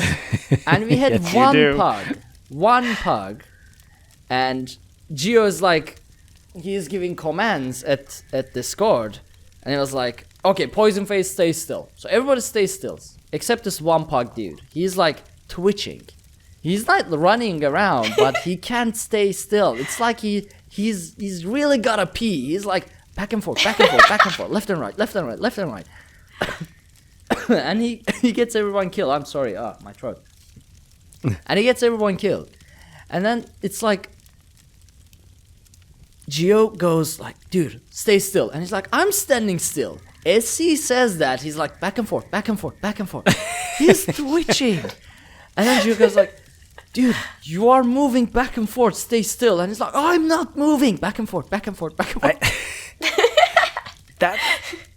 So, beyond the fact that I absolutely love that story, because I know exactly, like, that's the situation where, like, this is why I don't like leading trials or even dungeons to an extent, because it's fine if we know each other or whatever, and I like to be helpful whenever I can, but sometimes it's like, I don't know how else to explain this when I'm like, okay, just, whatever the situation where I'll be like, okay, if you have a blue head, stay on the blue floor. And 3 people with blue heads leave where they're standing. They're unintentionally doing it correctly. And they're like, uh-oh, better go on the other side. And I'm like, I don't, had you been idle, you would have been doing better than you playing. Like, I don't know how to help. Like, so I consider myself not a good, like, leader because I don't know how to simplify some things. And that trial has caused me several situations where I just like, I'm not leading this. But there's so many situations where I was like, oh, go left, go. Actually, in Cyrodiil, a perfect example, when you siege keeps and you kick down the door, you rush the flags, and sometimes you're trying to avoid bombers or siege or basing, whatever the defense is. They could have oil pots on a certain thing. And it used to happen all the time in my old PvP guild. We would go in, and it's like, okay, go in, get to back flag, and cut left to go up the stairs. And somehow, with 40 people, 27 cut left and go up the stairs, and 13 people have managed to stay on front flag, stay on back flag. 2 people are still at the front door, and 2 people are stuck in the doorway going up to the right. And I'm like, how do you simplify that? Like, just, if you're really confused, put your fingers up, and you make an L, and you go that side. And then that's, or follow the crowd. And it's just, it doesn't, I don't know. It's, so utmost respect for people who lead those things. Utmost respect, because you can create a way of explaining something that I am not able to do. What my cat is doing right now is found a paper towel roll and slowly pulling the entire thing under the sofa. He's under the sofa. Yes. He's just like slowly clawing it, and it keeps unrolling under the sofa. So it's why are you like this? Well, In it is what it Dungeons, is. I badly explain mechanics, and that's... No, that's just my own fault. That's not even like, oh, this is anybody else's fault for anything like that. I don't like leading, which is awkward as a tank, because a lot of times they expect you to give the directions. And if people are like, I mean, the best example that I can think of, which I'm pretty sure I've mentioned this story before, was when we did blind... not March of Sacrifices, or maybe it was March of Sacrifices. The one where you have the, like, 4 Spriggans, one for each season. It is March of Sacrifices. Yeah. When we did that on launch day, and that was back when we were still doing everything, it's like, no, we have to do it blind with, 3 DPS and me. And we dove in, and we were streaming it, and people were just chatting with us or whatever. And we dove in, and we just bombarded the Spriggan, and it's like, autumn season has come, and we're like, kill it faster, and we just butchered the thing, and people in chat were like, what was the mechanic there? And I was like, I have no idea. I don't kill know. It. Yeah. And now, granted, that fight, I stand by, it's they actually probably should have given that thing more health to make you sort of do the mechanics, because to this day, I don't know how that fight works, because I've never not just nuked it so fast. I think you have to keep them separate or something like that, but... No, that's the first boss. Yeah, you're thinking of the ones on the hill. Yes, you want to ideally keep those separate, specifically the one-shot one that does the charge. But yeah, the Spriggan thing, I think you're supposed to match the seasons or something. That's different than how I've done it. Hey, I could be explaining it wrong, because I've literally never done. This is me guessing. Yeah, the only way I've ever had it done is whenever the lurchers come up, DPS focus down the lurchers, because the more lurchers that are up, the bigger damage that the Spriggan will do whenever that phase ends. Oh, interesting. And I didn't really do anything with colors. They just killed them all, and then we lived. Because the time when they didn't kill them all, it wiped the group whenever we had 4 of them on us. Gotcha. So. Interesting. Okay, see, again, why I don't explain it mechanics is I'm like, I don't even know how this works. That dungeon is not new. That is not new.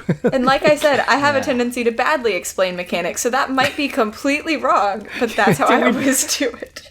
How Tales hosts explain one mechanic very poorly. but I feel you, Lotus. Like I'm the same. I still don't know how more than half the mechanics in the dungeons, even though I've done all of that. It's like you burn everything so fast with 3 DPS and just 1 tank. You don't have to do strategy. You don't have to do tactics. You don't have to do mechanics. Yes, it is the best way around that is to do a pug group. And make sure you have an actual healer instead of 3 DPS. And then you actually have to do the mechanics. Pug groups, it's a whole different story. It's then just beating your head into a wall until we all get pug groups, you don't together. explain the mechanic. You explain someone how to bash. And why they should bash. And why it's a wipe when they don't bash. For 5 wipes straight. Yeah, like, those are rough, and I mean that's just it. It's like sometimes I try not to bring this one up too much because it's just me harping needlessly on the exact same thing, and I guess it's more of a console thing now because it's better on PC.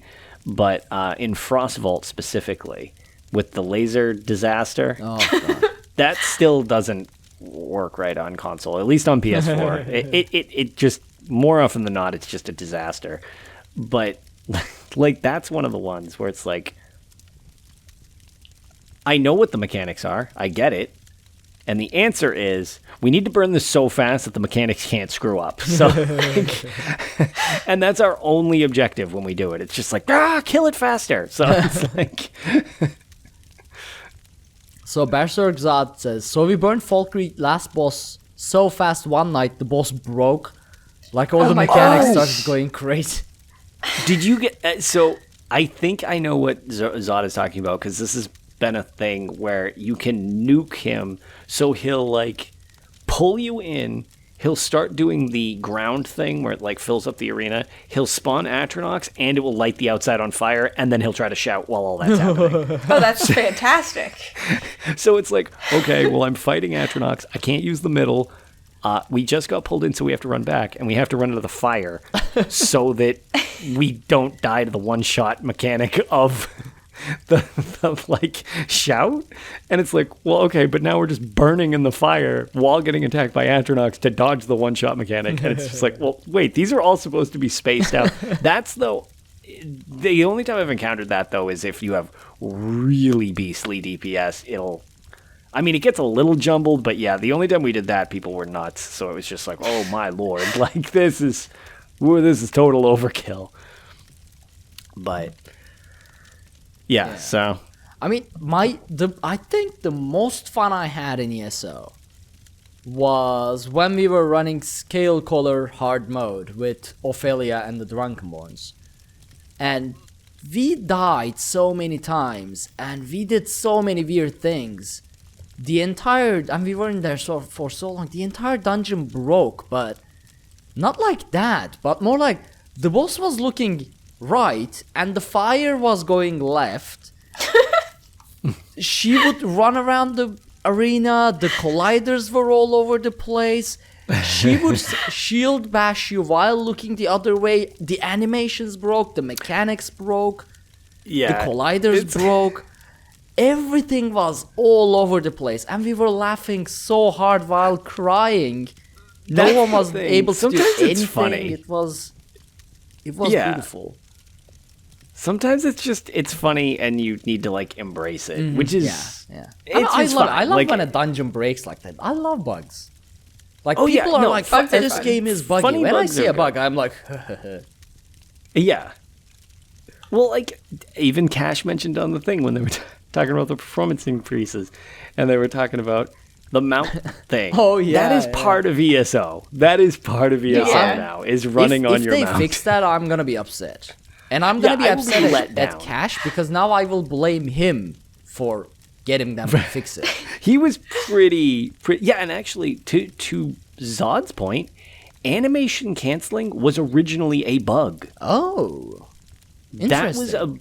That was kind of like it's an animation error that the community kind of picked up on and got good at, and the devs saw an opportunity to work with that rather than try to work on correcting it, because it adds a skill ceiling that's okay. Well, there's I know how to DPS, and then it's I know how to animation cancel DPS, so it's a different level of understanding of the game, and rather than try to fix it, they kind of embraced it and made that into it, that's fine. I mean, and that allows for as a side effect some crazy stuff that people can do, which I guess maybe instead of I don't know if I want to even say this and give people ideas, but maybe instead of trying to nerf things and do all these class rebalances, they could really nerf our DPS by just finding a way to fix animation canceling.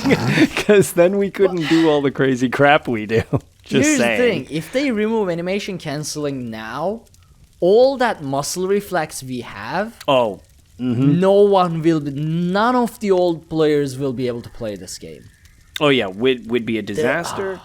And I can't fathom with the DPS drop doing some of the stuff we would do. Black Rose Prison, it's like, oh, also you can't animation cancel. It's like, well, rip everything I've ever tried. Okay, now I hope Mike Finnegan never listens to this. Yeah. Scrub this from the podcast for me real quick. I'm just going to edit this like, we need buffs. We need more buffs. Oh, all the buff. I'm so weak. Ouch. You're like Palpatine. I'm so weak. Unlimited. On, I guess, going sort of into, if you call Vegas being Tales. Yeah. One thing that I did get a mild form of vindication from, as I got to chat with Alcast for a while. Ooh. Which Alcast is a very chill dude. He sounds exactly like he does in his videos, which I was very amused by. He talks the exact same way as he does in his videos. I felt very vindicated since Alcast is a well-known absolute beast as a player and specifically a DPS. I was Also, chatting Rit- with him. Rit Crafter. What? And Rick, yes. I was chatting with him about like different ways of doing stuff, and I asked him what he thought about Black Rose Prison, because I said that was pretty much like just that ruined my runs for a really long time. And I can only give you the edited version of his response because it was not family friendly, but it was along the lines of, I dislike Black Rose Prison, only much more colorful. It's obnoxious burn mechanics and so much abuse just for the sake of abuse. And at that point, Mike Finnegan came over and was just like, oh, it's you two. And we both got to respond together, F Black Rose Prison, to Mike Finnegan, which really made my vacation, because all he did was laugh at us and say that we should get better at the game. Don't jump on my Just got mugged by a cat. Yeah. Oh my god! Oh man, I'm How never. did he get up there? I missed how he Please got never. up jump there. Please there adopt these somehow. kitties. And Just he keep doesn't them. fall, like he jumps there from the back and somehow balances himself. This is making the live stream much more interesting for me personally. Just seeing the assault of the Khajiit. I need to compile these like into a Various single cat video. attacks. Yeah. Jeez. Also, the Rit Crafter was Inklings. Now that I remember, I mean, I'm sure Alcast does heck ton of. Alcast does everything. Yeah, Rits as well, but do your Rits. He's very was- efficient. Yeah. Inkling's more like forces people. I think he has torture chambers for people to do like Yes, their where writs. he just slowly Not even trickles do their writs on you for until him. you do them. Like do their writs Yep. for themselves. Just do it. Yep. You know? But yeah, I don't know. I figured that's probably the best transition we can do. That Vegas event was so awesome. I really hope that they're putting their feelers out. I mean, they seemed like they enjoyed it a bunch. I'm really hoping they're getting their feelers out for maybe doing almost like a con for just them, because they seemed quite surprised by the amount of people that were willing to travel for this. And Gina did a great job of getting as many people in that venue as she possibly could. I mean, Pixie, you were even saying like up to the last minute, you were just like, well, I'm going, but you weren't even sure you could get in necessarily. And sure enough, I found out when my plane landed in Vegas that I had the email that I was getting into the event. Nice. So Same it was with right under robots. the wire. It was Yep. amazing. and so that was just very, very cool. That was a super awesome meetup to see everybody that we don't get to see that much. And it's a good mix of just community and then people who actually like make stuff for the game. We all got to basically just hang out together. Mm-hmm. The event itself, that arena looked awesome. Yeah. I love the layout for that with the fake snow everywhere. They did exactly what they do at PAX East, which is we get food and drinks. So I could drink like a total douchebag there and it didn't cost me anything, which was super awesome because everything is really expensive in Vegas. So that was like great. stuck drinks into your like jacket and Yeah. Oh my god. This So is for later. they had like themed drinks, which were pretty cool. Like I don't remember what they were offhand, but it was like Markarth mead and stuff like that, which was very creative. But I went up and I was like, I want vodka and Red Bulls so I can be awake for this. Yeah, they were Bloody Maras. That's what. So I was drinking vodka Red Bulls, and in Vegas, vodka Red Bulls are like $19 drinks. What? So yeah, no, it's real expensive. So I was like, well, this is incredible. Like that, I don't have to pay for these. And they probably don't even put proper amounts of vodka in it. They're like, No, they One did. No, touch of- actually, to be fair, those And the rest is bartenders Red Bull. were. They were earning their tips, at least on my drinks. So I was just like, woof, okay, you guys are very generous. But yeah, I don't know. I don't know what you have to mention about it, but I loved that event. I thought that was tons and tons of fun. I absolutely loved it too. That was seriously one of the coolest things I've ever experienced in my entire life. So whenever I first got to Vegas, I got to meet someone who's extremely special to me. She's actually my best friend, but I had never gotten to meet her in person. So Avi from the Final Fantasy XIV She Heals I Tank podcast, about a month before the event, I sent her a text and said, hey, what do you think about Vegas next month? And she goes, I'm there. Just tell me a day and I will get us a hotel and I'll be there for you. And sure enough, she met me at the airport, and I have never laughed and cried at the same time so hard in my entire life. And it was just incredible to be able to meet her, and I stream with her every week and everything, so it was crazy to meet her in person. And it was super surreal, and it was just seriously amazing, and it was a huge highlight of the trip. And then on top of that, which in and of itself was worth the trip out to Vegas, the ESO community is so amazing. I deal with a little bit of social anxiety, and so I was a little bit nervous that whenever I got out there and I met everybody, I was just going to kind of clam up and not really talk as much. But whenever I met everybody in person, like, they're all the exact same as they are online. They're all just so welcoming and inviting, and I felt like I could just really be myself around all of them, and it was incredible. I've never felt like I belonged as much as I did in that group of people. Cash was so sweet. I got to meet Artemis from the Lore Seekers, Mission from Brothers of Tamriel Podcast, just everybody was there. I got to meet Kyle Dempster Studios, who I'm a huge fan of. One of the first ESO streamers I ever followed was Ninja Monkey 0169, and he was there. I got to meet him. That was really cool. And then, not to mention, getting to meet and hang out with all the devs was completely amazing to me. They're kind of like rock stars of the ESO community. And they were all so nice. Had a long conversation with Jess. She is one of the sweetest people you'll ever meet in your life. There was this really cool moment that was actually facilitated by Avi, where I was getting a picture with Rich Lambert, and there was the Nord Hero helmet was on stage being used as a prop, and later on it was going to be raffled off. Well, Avi leans over to Rich and goes, you know, if you're going to put that helmet on anybody, it needs to be this little girl right here. And he jumps up on stage and grabs the helmet and lets me wear it for the picture. And there were people in the audience, and you could just hear an audible gasp. It was just amazing. And I think that's between the first picture I took with Avi whenever we first got to the airport and met up, and then the picture I took with Rich. I don't think I've ever smiled that big in my entire life. It was seriously amazing. And it was just seriously incredible. I have no words for the amount of love that was felt in that room. And venturing through Vegas with our trial team of people when we were trying to find some ramen.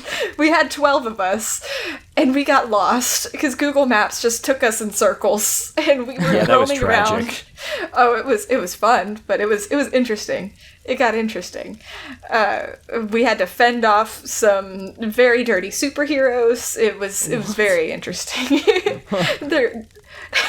There were some grown men dressed up as superheroes who were trying to forcefully, like, get us to pay them for pictures. Oh, God. And one of them, like, kind of freaked out on Bron Solo from the Sons of Sithis podcast. And if he wouldn't have chased him off, I was going to bash his face in with a beer bottle. I was ready to defend myself. Yeah. It was a good time. Well, I mean, yeah, it sounds like a lot of fun. Yes. Eventually we need to get you to one of these, because also the other thing that I did learn, which, speaking of the pictures, was HyperPixie is as small as she says she is. Yes. Which I was slightly thrown off meeting a lot of people in person. I'm like, oh, you're taller or you're shorter or whatever.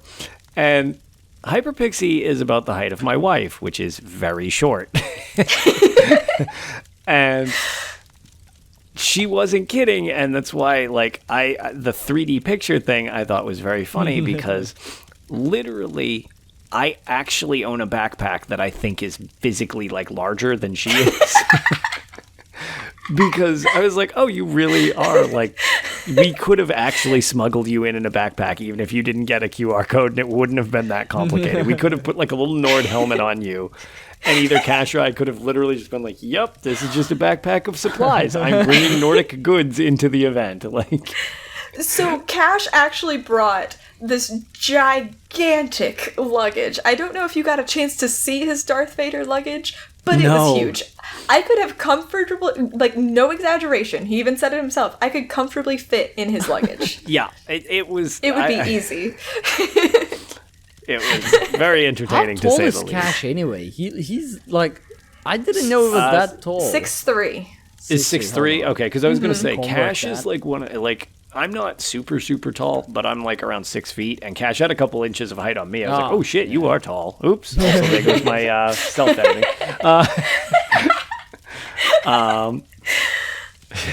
But yeah, I was Bob Chicken said, I did not expect you to be so tall. I didn't either, to be honest. Yeah. Well, so the other thing. Wait, how tall are you, Lotus? I'm 6 feet tall. Oh, yeah. So, yeah. I don't know. I guess I'm just used to my own height. But like, I'm like, I don't know. I consider myself average height, but yeah, people tell me that they're like, you're taller than I assumed. I was like, oh. But Kyle Dempster as well. He was taller than I expected for some reason. He stood next to me. I was like, oh, you're like my height. Like, oh, for some reason I thought you were shorter, but no. I think my issue. Oh, no, I always assume people are going to be about my height for some reason. I know I'm outside of the norm, but I just assume I'm going to be eye to eye with everybody there. I guess because, like, right now, I look taller than you on my screen. Right. So yes. But that's obviously not the case. You are about a foot taller than me. So. Yeah. Well, that was why I was like, when I saw you, I was like, oh, and you're like the same height as my wife, and she can't stand the fact that, like, if we're just hanging out, I can use her as an armrest. And she's like, stop that! And I'm like, it's like, well, now there's multiple people of your height, so it all works out. But my other tales are completely unrelated to Vegas. Yeah, I'm trying to think, is there anything else other than Vegas and it being awesome? I think that's just its awesomeness. Robots, I'm statistically average for a white male in the U.S. To be fair, you did seem statistically average. Like, you were exactly the height that I would assume a normal human is. So that does actually make sense. But, yeah, the only... Oh, man, I don't know. I'm very interested in... PAX East is obviously coming up. Which is going to be, I assume, unless they surprise us with another, like, out of left field type of thing. I mean, the Vegas thing did not have a lot of prep. It was just kind of like, surprise, in 3 weeks there's totally a thing. And it was like, oh God. Like, I assume the next one will be PAX East. So fingers crossed that Bethesda does another thing for that, because it has... Everything I've had the pleasure of attending that ZeniMax and Bethesda run is super, super just... It's a great event, and they really treat you like you're part of their network of people, which is very cool. You don't feel cheated. They really go out of their way. Like, that event, other than they go out of their way to, like, give you as much for as little as possible. If you bought stuff, like I have this hoodie thing, you buy one thing, and they were giving you, like, 50% off if you bought a second item. Whereas it's still on the store. They're all still normal priced. Like, a lot of them are still pre-order. You can't even buy them yet. So it's like they give you discounts on stuff before it launches. The food and drinks are on them. It's very, very friendly to the people involved. And it's just obviously a lot of goofy fun. So, well, one day. I mean, US events are a bit more difficult, but Europe events, like with the Gamescom, ESO Tavern stuff, might be possible in the near future, but I'll see. I don't know as of yet. Kitty, what are you doing? Get back here. So waiting to see anything the cat else? appear. Anything else you want to add for Vegas? I think.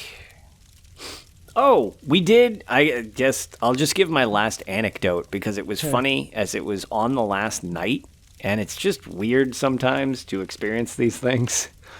When we were doing our final meetup, like Friday night, my wife had a tough time adjusting to the time shift, so she needed to go to bed. As in our time, it was currently 1 a.m.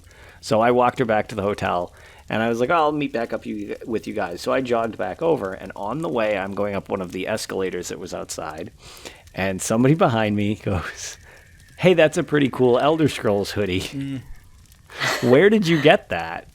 And I turned around, and it's just some dude and I was like, "Oh, well, I'm here for the Vegas unveiling." And he's like, "Wait, what is this?" I was like, Elder Scrolls Online just did their unveiling of the Skyrim chapter coming up." And he goes, "Oh, well, that's interesting. I dropped out right after Imperial City. Oh, wow. Would you suggest that it's worth coming back to now?" To which I was like, "I've been prepped for this." I was like, "Funny you asked that. I run a well, I'm part of a podcast for the Elder Scrolls. And yeah, I would say that is pretty good, especially if you dropped after Imperial City. A lot has changed since then." So I gave him the rundown on what One Tamriel was, because back when he was playing, veteran ranks were still a thing. Yeah. And one of the things he mentioned, he was like, "Yeah, it was fine." He was like, "It was whatever." But he was like, "It was kind of just grindy." Yeah. And I was like, that's not really how the game works anymore. Right. So I gave him a run through, and I brought up on my phone and showed him the different chapter expansions, to which I will say, to his credit, he was like, "Well, that's awesome. I still have the base game. I think I'll go home and get the new expansion from last year so that I can dip my feet in and see if I like the way this plays now.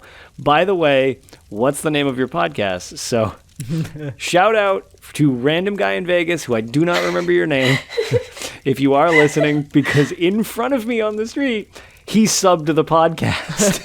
Oh, that's awesome. Which Welcome I was back. like, well, that's very cool. So hopefully you enjoy it. Feel free to let us know if you actually hear this. Definitely. It was very, very funny.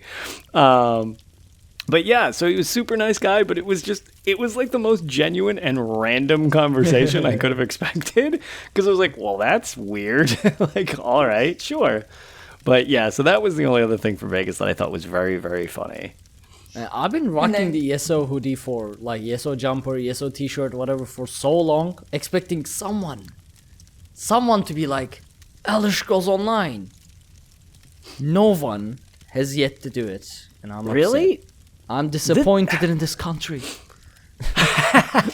You know, I wear my Elder Scrolls Online shirts pretty frequently, and I have not had anybody approach me about it either, even though I always have this idea in my head that I'm going to make so many friends whenever I wear that shirt or a Zelda shirt or something along those lines, and it just never pans out that way.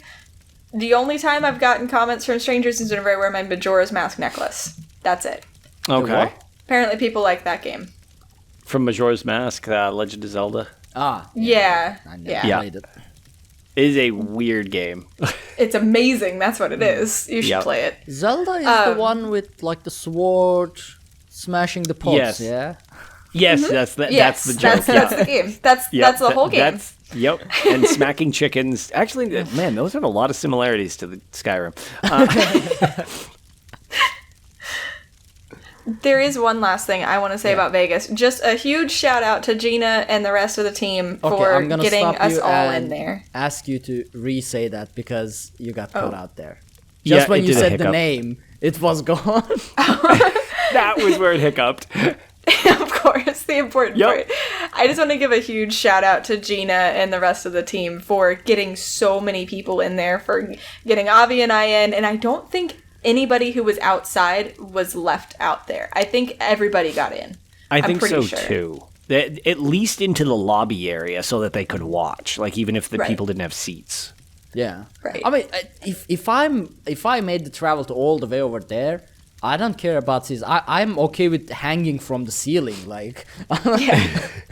Exactly. And I think that was pretty well accepted, but you could tell they didn't want to do that to people. They were trying anything they could to get people in. Yeah.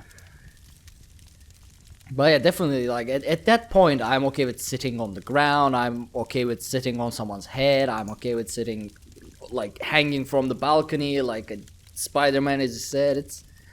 If I made the travel there, who cares about the seats? Alright, so, since I assume it's 2 a.m. for you guys, yeah? Yes. It's 1. This time I had Oh, my yeah, it's sleep. 1. Yeah. But it is up to you to whether we go into Tales or not. Well, so from my personal side of things, my tales are pretty much ESO Vegas. Like, we'll get back to gamey stuff later or whatever. I just want to specifically hear Pixie's tale of the week. So on Wednesday, I was like, okay, PvP. I got in, got out. I was running with Lore Seekers this was Thursday. I'm running with Lore Seekers and a big Zerg, so it was fun, but nothing tragic happened. And then I agreed, and I one-upped Lego's proposition of doing Vet Lair of Marsalok on hard mode. And I was like, I'll have time to do it Friday. How much harder can hard mode be? I mean, the first time I was in Lair of Marsalok, we ran it blind on Vet on launch day, and I died a ridiculous number of times. And I was like, I've got the mechanics now. It cannot be that much harder than regular Vet. I think we've got it. We go through the entire dungeon in less than an hour, and I've only died 10 times. Because I keep track on my stream, I like to keep a death counter, because sometimes it gets really, really high. My previous record was 87 deaths, and that was in Vet Scale Caller hard mode. And that was a long night. Still haven't cleared that one. That's on my list of things to do at some point. So we get to this last boss, and they had all, except for myself and the DPS, have at least attempted it one time. So they're running through the mechanics with us. It all kind of makes sense. Sweet, let's do this. We can do this. Everything else was easy. We have the burn for it. It'll be fine. We just got our butts handed to us again and again. And we all had range interrupts slotted. And I swear they thought I was crazy, but there is something wrong with that boss, because whenever I would obviously be looking right at Celine, I guess I've been told that I'm not crazy and that the hitbox on Marsalok is so huge that it's very hard to actually target Celine unless like you're between. Yeah. So I could not interrupt Celine. It was ridiculous. So about an hour goes by just throwing ourselves at this boss, not making much progress. And one of the DPS has to go for the night. At around the same time, Madigan had raided me during the stream. And Madigan had just come off of a 15-hour charity stream. He decides, you know what, we can do this. I'm going to come in and help you. At which point, we began the 4-hour struggle to 107 deaths in Vet Lair of Marsalok hard mode, in which we still did not clear it. We managed to break Madigan, who now has a severe hatred for Celine. Yep, that's fair. That is, oh my lord, that is brutal. Last night I was like at 4 a.m. or something. The cat jumped on me again, and I woke up and I looked at my phone, and when I wake up I just go through like Discord, Twitter, whatever. I open Twitch and it's like, oh, okay, Pixie's still streaming. All right. I turn off, I go back to sleep. I wake up around like 6, 7 again. I'm like, she's streaming still. I go back to sleep. I woke up at 10 p.m. and like, what? Why is she still...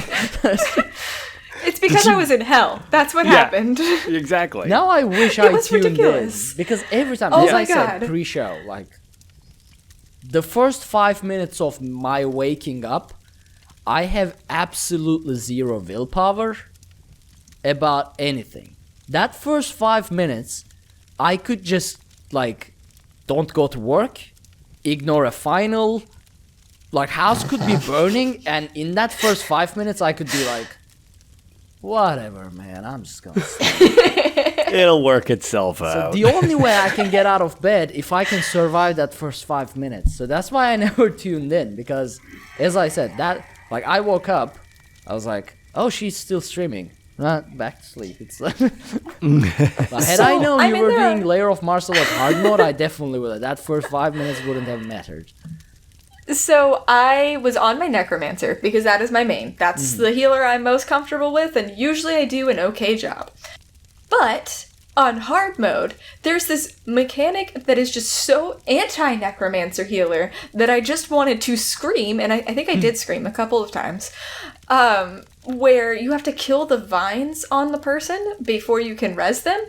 And my idiot self was not listening to people telling me, no, don't waste your ultimate, and I did it anyway. Oh. And they couldn't come up. I was like, this is lovely. Why? My eyes literally started twitching during this dungeon, which I announced several times. Whenever they would say something about Celine, like my right eye would just go nuts. I just can't do it anymore, guys. That Vines mechanic is savage. I did know. So for any Necro healer or Necro tank who has the res ulti slotted, if you do it before the vines visibly cover the person, you can still res them. So if you, as soon as they go down, hit that res, you can get them up. It happened. I was able to time it right consistently towards the end, and we would get a little bit further. And the issue we also kept running into, so we did really well with the platform mechanic where you had the fake platform. I think we only got killed by that one time, and it was just a miscommunication. It was no big deal. Right after that, you have the big sweep with the fire, and if you don't dodge it in time, you get that dot on you that you have to purge off, and you get hit by the other thing once you purge it. We would get so excited when we would get past that without dying that we would just celebrate all of a sudden, and then all of us would die. That happened to us at least 30 times. God. Since I died Big 107 times, that is obviously not an exaggeration. It got to the point where Madigan, who's one of the most calming people ever in ESO, we would get to the platform stage and he'd be like, deep breaths, let's stay calm, and keep going, do not celebrate. And we would get, I think we got him down, so granted, you start at 69% health on hard mode. Right. I think we got him down to 40%. That was the best we did. Oh my god. Painful. But oh god. in my defense, in our defense, we just have to, like, no new mechanics are introduced, we have been told, after that point. So you just keep repeating what you did and just don't step in anything because everything is a one-shot. And, like, he even sends the tank flying. Like, poor Lego here in chat just got launched. And Lego is saying that he wasn't celebrating, he was tanking the dragon. Yeah. But I got overexcited and somebody would die. A lot of times it was me. I got launched off a cliff, and then the whole screen would go black, and I would just see health bars, and that was interesting. I remember saying, help, I'm in a very dark place right now, and I think they thought I was suicidal and not that I needed to get, like, help rezzing. It was... We knew it was time to stop when we went for our last couple of runs, and I completely forgot what all of my skills did and was just button mashing because we'd been throwing ourselves at it for so long that nothing was making sense anymore, and we were just dying faster instead of getting farther. We're like, you know what? Let's just clear the dungeon. Screw hard mode. We'll try it again later. Yep. That's what we did. You can reach a wall of just... That happened to me several times pushing through Black Rose Prison originally. It's just like you get to a point where it's like, we could do this before, and now it's just people are like, oh no, bug swarm. And instead of grouping up, they're just like running into other things and just dying faster. And I'm like, we're objectively doing this worse because we're delirious from dying so much. So. Exactly. Yeah.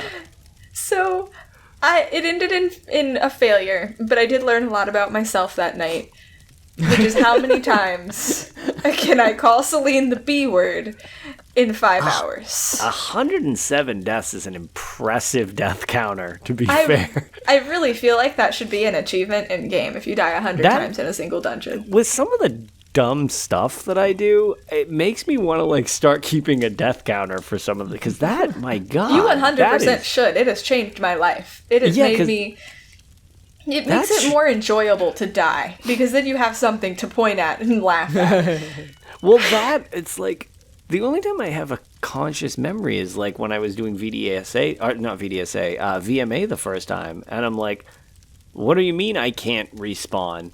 I've got all these no I don't. And I'm like, oh, I've gone through a lot of soul gems, haven't I? So it's like, that's the only time I think I've ever consciously realized, like, you've died so many times, you failure. You're out of soul gems. Like, go to the bank. And I'm like, oh no. I am ashamed that during our scale color run, I also had a guildy mail me soul gems at some point. I was like, I had a viewer mail me soul gems. Yep, they sent me 99 soul gems because I think they just expected me. Things.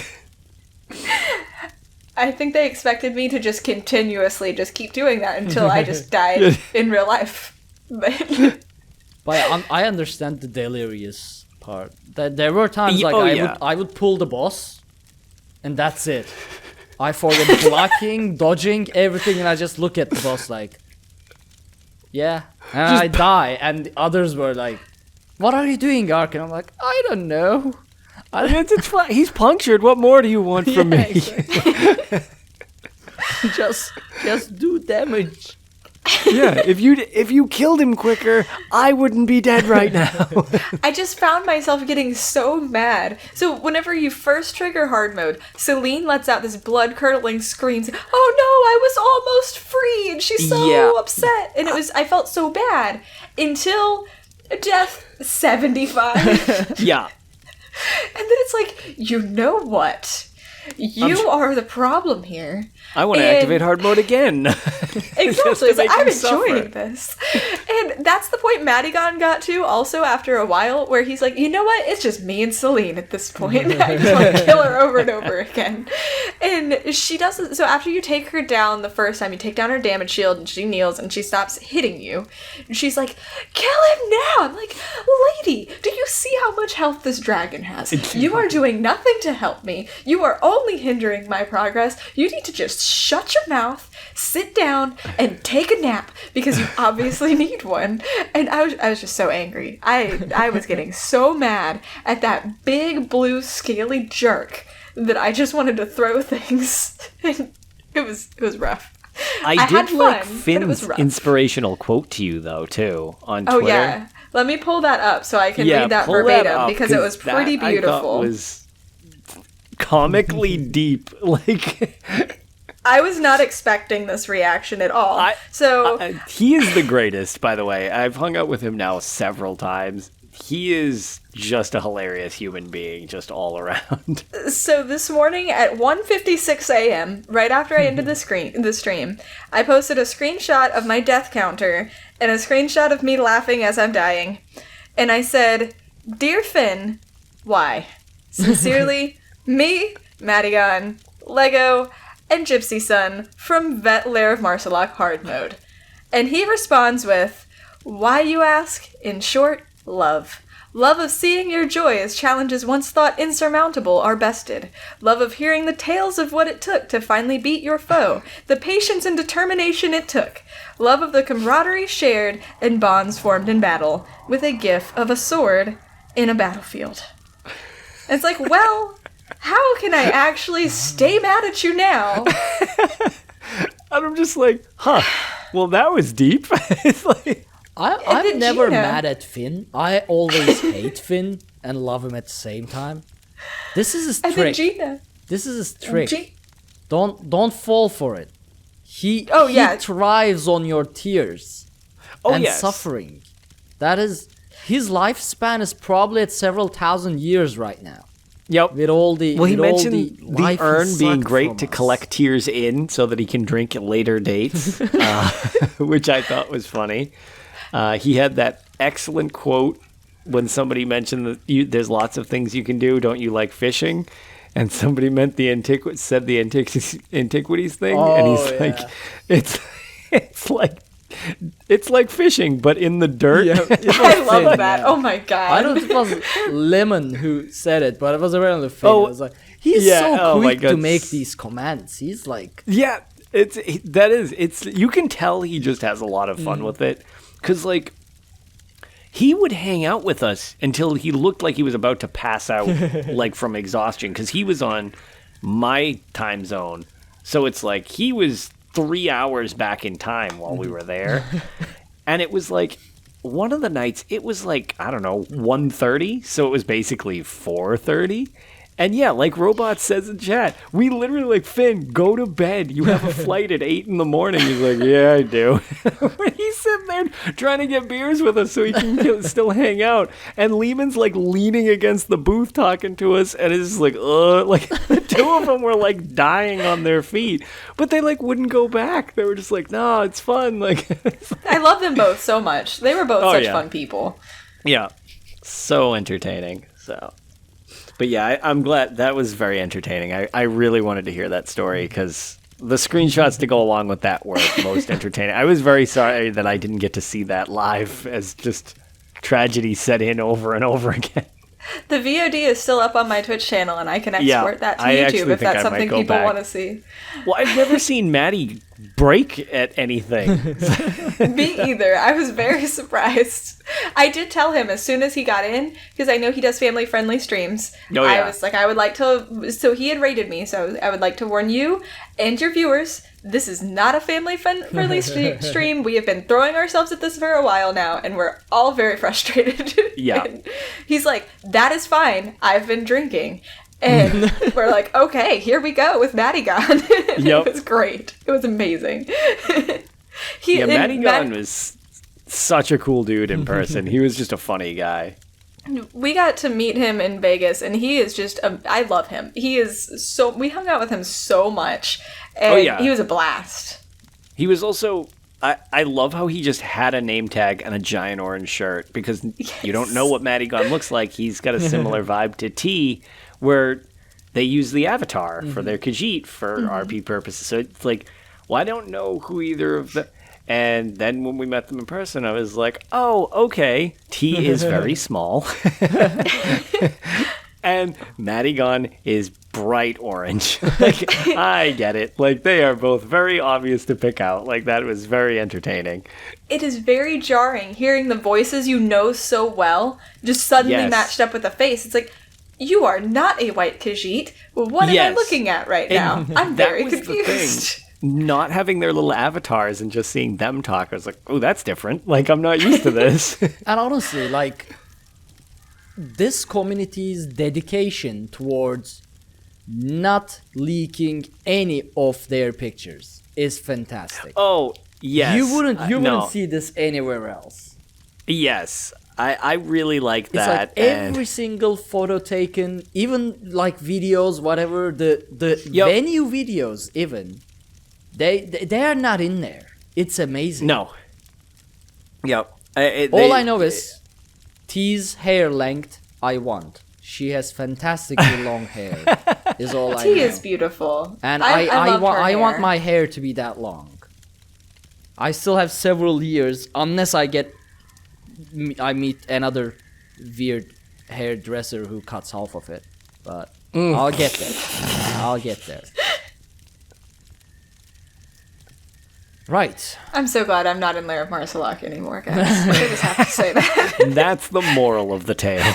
Yeah, now you just have to do the Harrowstone wet hard modes. So, I guess running those before we blinds. close, that I don't know if you guys have heard anything or done them yourselves. I don't think either. Haven't. Have either of you done any of the Harrowstone No, PTS haven't. stuff? No. No.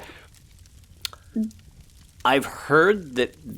Now, granted, they're still on PTS, so Finn might have taken this as a personal insult that the team is too nice to people. But apparently they are creative, but not that difficult, which sounds not like I've Finn. heard this before, and I'm not believing it. So Either that or I just really suck. one of the things, so I've heard, and actually it's been confirmed, Susie Q from Boston, she mentioned that they are awesome. So I've heard they're very good. I have heard that they're not nearly as brutal. Specifically, I'm almost positive. I saw the link. I didn't get a chance to look at it. I'm pretty sure Alcast one-manned it.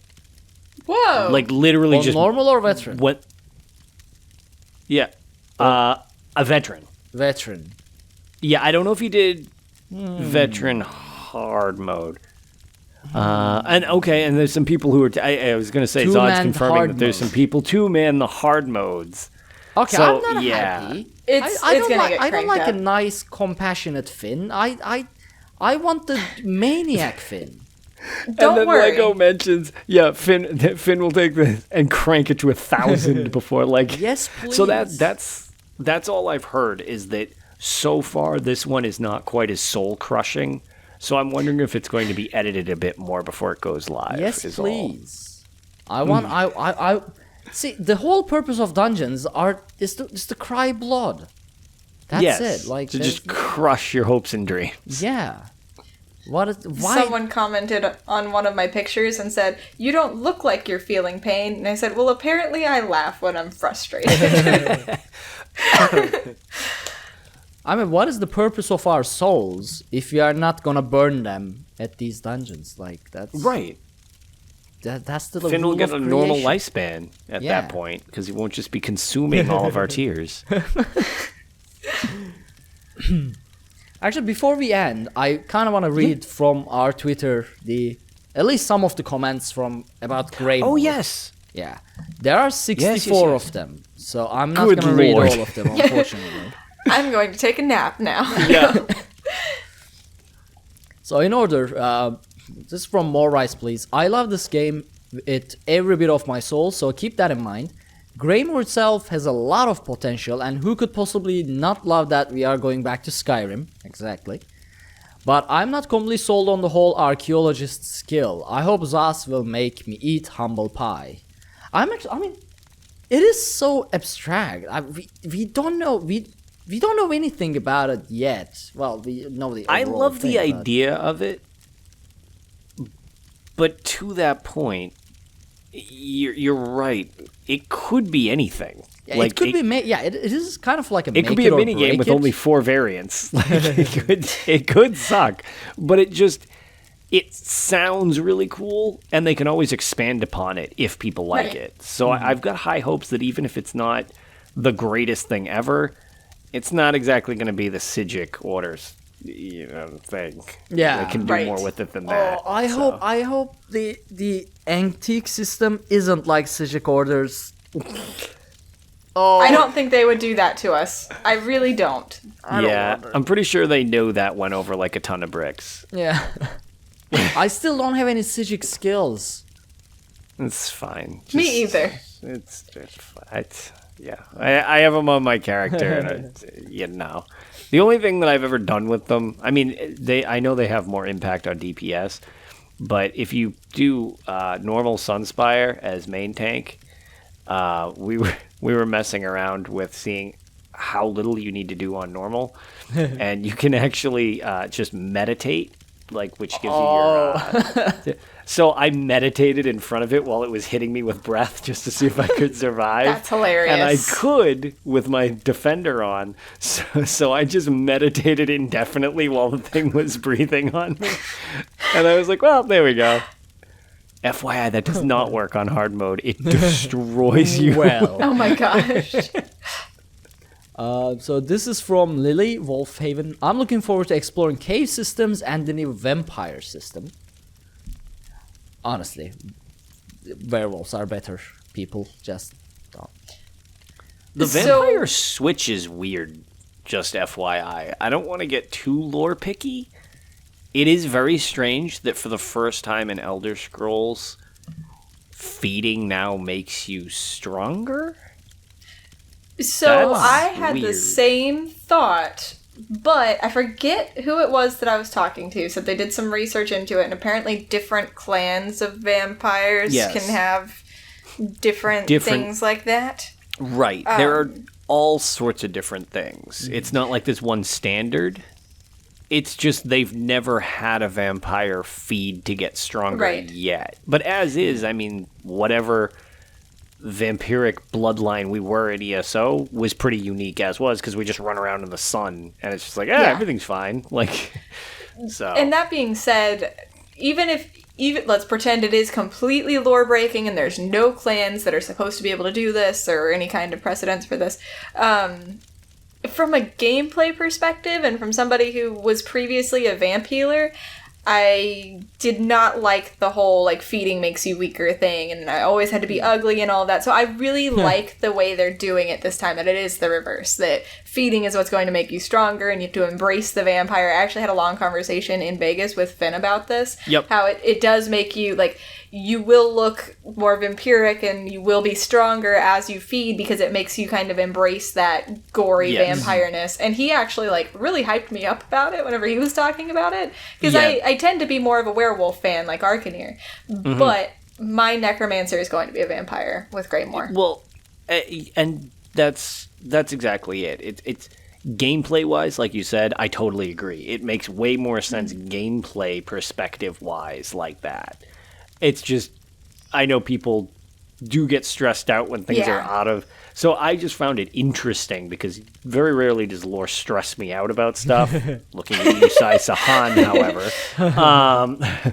But with that one exception, I just was like, oh, interesting. So this one works more like a traditional vampire otherwise, and less like an Elder Scrolls vampire type of thing, where it's like, oh, well... the more you suppress it, the stronger you get. It's like, interesting. That's a different take on it. I mean, I agree, I guess, like, feeding makes you stronger makes more sense. Mm-hmm. So, I don't know. But again, as I said, I don't like vampires. I'm a werewolf person. When it comes to... if I have to pick... Because I don't want my soul to go to Molag Bal. If it has to go to a Daedric Prince, Hircine is better. Hircine is more like... I agree. Yeah, Hircine doesn't care. It's like, hunt or be hunted. It's up to you. If you're strong, you are going to survive in this place. Whatever. So I can work. That's fair. Yeah, see, I would just immediately run and get a library card so Hermaeus Mora would take my soul. So this is from actually Tony Noto, who is an actor, also a heavy roleplay ESO streamer. He streams with, like, armor on. And he's always a character. Yep. He says, looking forward to exploring Blackreach and the new dungeon.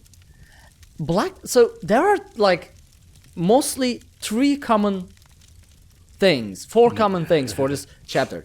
Either Blackreach, people are focused on Blackreach, Skyrim, vampires, or antiquities. Like, that seems to be the four main segments of this announcement. This is George R.R. Binks. It all looks really good, but I wish antiquities weren't account bound. I actually agree with that. I would love to dig up some of this stuff and sell the housing stuff for a massive markup to make me rich. That makes sense. That's yeah. And for items, if I get like a DPS item, for example, how am I gonna do it? Yep. That makes sense. Yeah. So I actually agree with that. I think I would prefer it. Not seeing the system as is, but I think I would prefer being able to sell stuff. Or this will be easy enough that the items will be worthless anyway. Like, so that everyone could do it. They might make it easy enough so that everyone can get it. This is actually the winner, Austin. Really excited to re-explore Western Skyrim. It's an incredible environment, and I'm excited to meet its people and stop the bad guys. The main thing I'm very excited about Western Skyrim is that there will be a High King there. That does not agree with Yoren Skald King and his decision to join the Pact. So that's going to be very interesting to explore. Very cool, yeah. Also, congrats, by the way, on winning the giveaway. This is Chris Jones. 3 words: College of Winterhold. I wish. I agree, Chris. Wait for Q4. It's gonna happen. Yeah, but all I'll be wrong again. Let's see. I'm excited about the political intrigue regarding Solitude and the Ebonheart Pact, to be honest. Other than that, ironically, Blackreach, I'm excited to see other parts of it, plus the Vampire Lord morph. See, yes, political intrigue. That... Who am I gonna support? I don't know. I will say I'm expecting this to be extremely well executed because I remember in the Lore Seekers interview with Rich Lambert, he had said that Orsinium was his favorite storyline so far because he was really into the political side of things. So I feel like him having a hand in this and him just loving that type of story, I think is really going to push this to greatness. Yeah, it's good. It's good. Oh, there we go. Slow jump, cat. Slow. Don't destroy mine. He slowly, like, if he takes the steps, because I have boxes, so he can take the steps to the desk, it's soft. But if he jumps all the way across from the sofa onto the desk, everything just, like, shakes like crazy. Nick says, Nick Fearson, I agree with this as well. I hope I get to entomb Serena. Yes, please. I will, like, stay in here for the next 800 years. She says bad things about Skyrim, so she doesn't deserve to walk on Skyrim. She can stay in the coffin. You what? I want to meet her. I love Serana. I want to meet her. I want to entomb her. I think that'd be cool. Nick, we gotta do it together. Why do we have to disagree? The only thing we agree on is Guars. That's it. Which I don't approve of. And the only thing I agree on with Lotus is the Ebonheart Pact. Yeah, that's also valid. Yeah. So maybe I don't know who's the problem here. Yeah, I think it's pretty obvious we're all the problem. I mean, I would say I am the problem, but since you guys agreed to be a part of this... Yeah, no, at this point I accept that I'm part of the problem. Because when I originally came on the show, you expected more backup than absolutely nothing, and me making a parody character of your character within like 3 weeks. So. That took a weird turn. One day I will find someone who will support me in both the Ebonheart Pact and about Guars. If you combine Lotus and I into one person, we either completely support you or are completely against you, depending on the combination. Or we're the worst human being on the planet. It's really...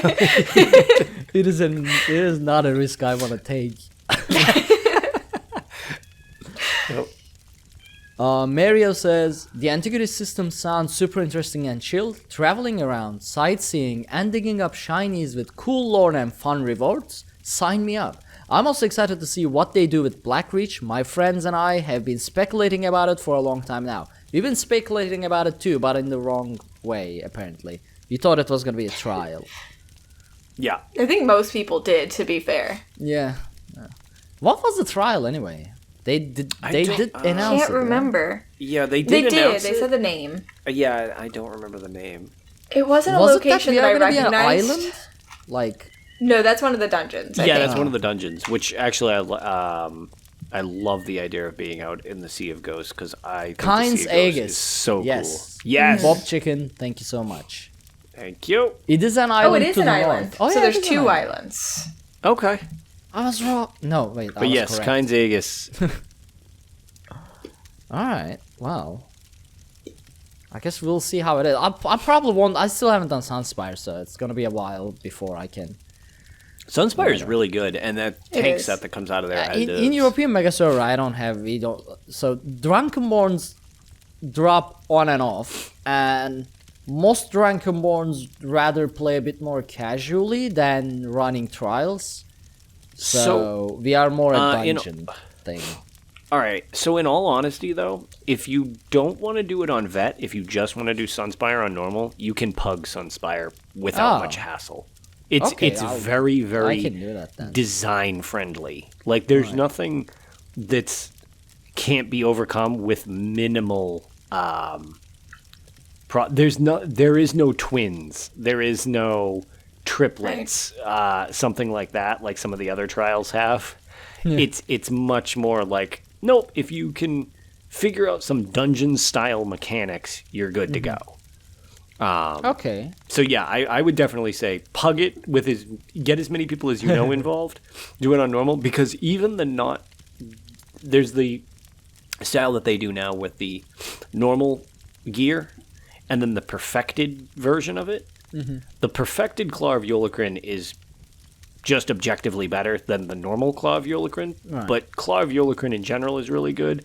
The only difference is the normal one, the final set, the final piece, gives you, when you puncture an enemy, well, it's when you taunt an enemy, you give a damage buff, a weapon increase to everybody in the group, which is very cool. The perfected version is that, plus you get like 1280 hit points as well. So it makes you a little more tanky, but the effect is the same. If you can get by without the 1280, which you can, I did for quite a while, it's totally fine. Like it doesn't matter. It's still an awesome set no matter what. Yeah, I'll look into it. Yeah. All right. Well, Tales we are keeping for next week because it is nearing 2 a.m. and 3 a.m. for you guys, and I don't want to torture you anymore.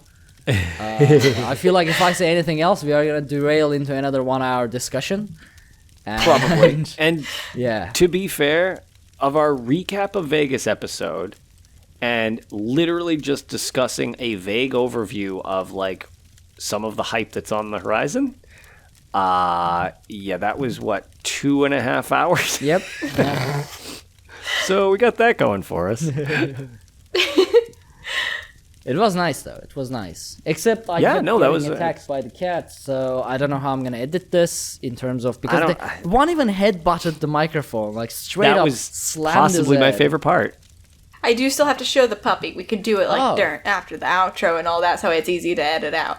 Okay. But I want to show it. Well, the I mean, puppy. we don't need to edit it out if the people want to see it. But if you want to edit it out, then it's up to you. I don't care what you want to do. Let the people Whatever see the you puppy. think. I was just saying for the audio listeners. Audio I can edit, no worries. It's fine. Yeah, that's what I meant. So I can go get the puppy really quick. All right. I'll be right back. Do it. If I can move my chair. It's stuck. I can't get out of my chair. I have socks on and my feet don't reach the ground. I'll be right back. All right. I mean, if we don't let the people see the puppy, we might have a riot in our hands. Yes, I was going to say, we'll have a puppy sign off. Yeah. Like, you showed a puppy on the show and then edited it out? What the hell? You're a monster. You demon. What is this Daedric trickery? But yeah, so this was a surprisingly full show for that, and I was going to say, we can just say we'll have plenty of tales for next time as a result. Oh, yeah. Most of mine are going to end up being arena-based or PvP anyways. So. Well, I'm going to read a couple more comments, by the way. I was going to say, side note, we've got time. Read some more. Can't wait for Western Skyrim, especially Whiterun. But unfortunately, as it looks like at the moment, we are not going to get Whiterun. But hopefully we get Whiterun, because as I said, oh, there he is. Look at it. What? Hold on, people. Oh, he's so little. Yeah, and great. Here's so tiny. He is about 9 weeks old, and his name is Jax. He's a baby. He's an Australian cattle dog or a blue healer. And you'd like to herd you around? Dog? Yes. This is my third blue healer, so I'm used to these. He's trying to explore. We usually don't let him in here a whole bunch because he pees on things still. He likes braids. I see. He likes. I was going to say he likes to eat your braid. Apparently, he's been doing this all day, and he's trying. He doesn't like to be carried very much. And oh, really? We're trying to get him used to being carried. I mean, he's going to be too big to carry pretty soon. He's trying that. Anyway. About 35-ish pounds. They're like a medium-sized dog. They're not that big, but they're not little. That's so sad because Boots is a small-sized dog and she weighs 26 pounds. Maybe it's more. Maybe it's more like 40 or something. She's a little sausage. She's just very dense. Oh, and fun puppy thing is whenever I went out there to grab him, we had him locked in our kitchen so that because we had a baby gate, and figured that would just be better than leaving him in his kennel while I was in here doing this, where I couldn't supervise him. There's poop all over my kitchen. Oh. Nailed it. All over the kitchen. Yep. So hopefully he's empty now. Empty. But look at this face. I'm going to turn up my light so you can see him a little bit better. Look at this face. Oh, Jackson, look up here. I love He's those. so tiny. His head is so soft. Like if I knew I could, like cats are very self-sufficient.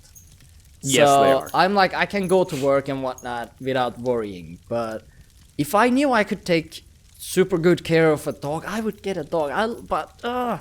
I need a garden, and if I ever get a house like with a yard or something, I'm gonna get the biggest dog I can and let it walk me. Like I'll be like, I've had dogs like he that. decides, he decides where we go. Right now, he's trying to like climb up my back, and I've got like this weird thing going on. His nail is caught, and I can't get it off. There. Okay, please let me go. There, here he comes. I told you Don't somebody was hide. getting played away with this episode. I expected it was Ark, but it turns out after all it was Pixie. See, our Emerald Pact agents are everywhere. Yep. All right, so in that case, let's wrap the episode up so Yes. we all can go to sleep. Well, I can go back to sleep because I slept like 4 hours. I'm good. I can do this Yeah, more, you're- but Yeah, I was gonna. Oh man, I am gonna hopefully wake up and be able to breathe on my own power again. yeah. I hope you feel better. Yeah, I'll be fine. I'll just turn on the shower and just fall asleep dangling in it, so it's hitting me with hot air or hot water. So, Pixie, where can people find you? You can find me at twitch.tv/HyperPixie Gaming, and you can find me on Instagram as HyperPixie Gaming as well. And then on Twitter, you can find me at HyperPixie Games. And Lotus, where can people find you? I am pretty much anywhere with an account that I have as Lotus of Doom, so it's generally the things I use are Twitch or Twitter. And in-game, same thing. I'm just Lotus of Doom anywhere. So I was going to say, if you ever need to get a hold of me, feel free to tag me wherever. And actually, after the Vegas event, thank you to all of the people who apparently found the garbage that I post or am tagged in interesting enough to follow along with me. I kind of lost track of most of the stuff there because, good lord, my phone could not keep up with that. So if you ever want to talk to me, please do feel free. That's why I have this stuff. Some people comment that like, oh, you respond kind of fast. And I'm like, well, one, I should usually be working, but it's a good distraction. But that's why I have these things. So if you ever need anything, just let me know. That's why they're there, is so that I can just chat with people. It's kind of fun. So. All right. Well, you can find me at Twitter for my personal account at twitter.com/Arkhaniir. You can find my Twitch channel, which I haven't been streaming at because I now am transferring everything to Dungeon Crawler Network. Twitch.tv/Arkhaniir, because I will probably stream the games like that don't fit the Dungeon Crawler team there, like Escape from Tarkov. But anything else is... Well, I'm now fully focusing on Dungeon Crawler Network. That includes YouTube, Twitch, our social media accounts. I'm trying to go over the comments that we have missed. Basically, I'm putting all my focus into this. So you can follow everything we do over at dungeoncrawlernetwork.com. There you can find links to all of our social media, including Twitch, YouTube, Twitter, and Facebook. Not Instagram. The Tales of Tamriel account on Instagram is actually not us. They actually mailed us as well. So there's a bit of confusion there. There's a Tales of Tamriel Instagram account. They post amazing pictures, by the way. Their screenshots are fantastic. They're a PC European Mega Server guild, which actually we talked about it to do some dungeons. We are gonna do some dungeons with them. At least I'm gonna do some dungeons because I'm on PCU, but that is not us. But they seem to be great people. So if you want to see some fantastic screenshots, yeah, so check them out as well. Yeah, be sure to Our Patreon is at the moment closed, working on it. But if you want to help support the show, you can do so on Twitch, and also by dropping us a 5-star review on iTunes, because it helps a lot, and it helps people know that we are a real podcast, that we say real words, and sometimes it matters. Thank you all so much for joining us on this episode of Tales of Tamriel, and we will see you all next week. Except, quick thing, next week I will be at Global Game Jam, so you two, if you can, will have to record a show, and I'll edit it all out during the week. Oh, yeah, we got this. Just at the end, just dropping on it at the end. Like, Yeah, no, oh, by the way, surprise, you guys are in charge. Bye.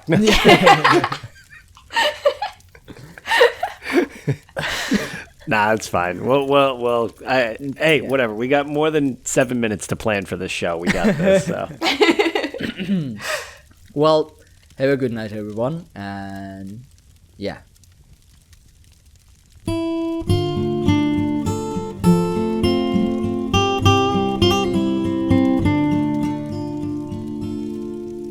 When Akatosh slew Lorcan, he ripped his heart right out. He hurled it across Tamriel, and the heart was heard to shout, red diamond, the heart and soul of men. Red diamond, protect us till the end. The laughing heart sprayed blood afar, a gout on Seer it fell, and like a dart shot to its mark down in an alien well.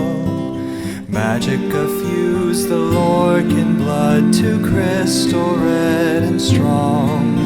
Then wild elves cut and polished it down to chimel at a ball. Red diamond, the heart and soul of men. Red diamond, protect us till the end.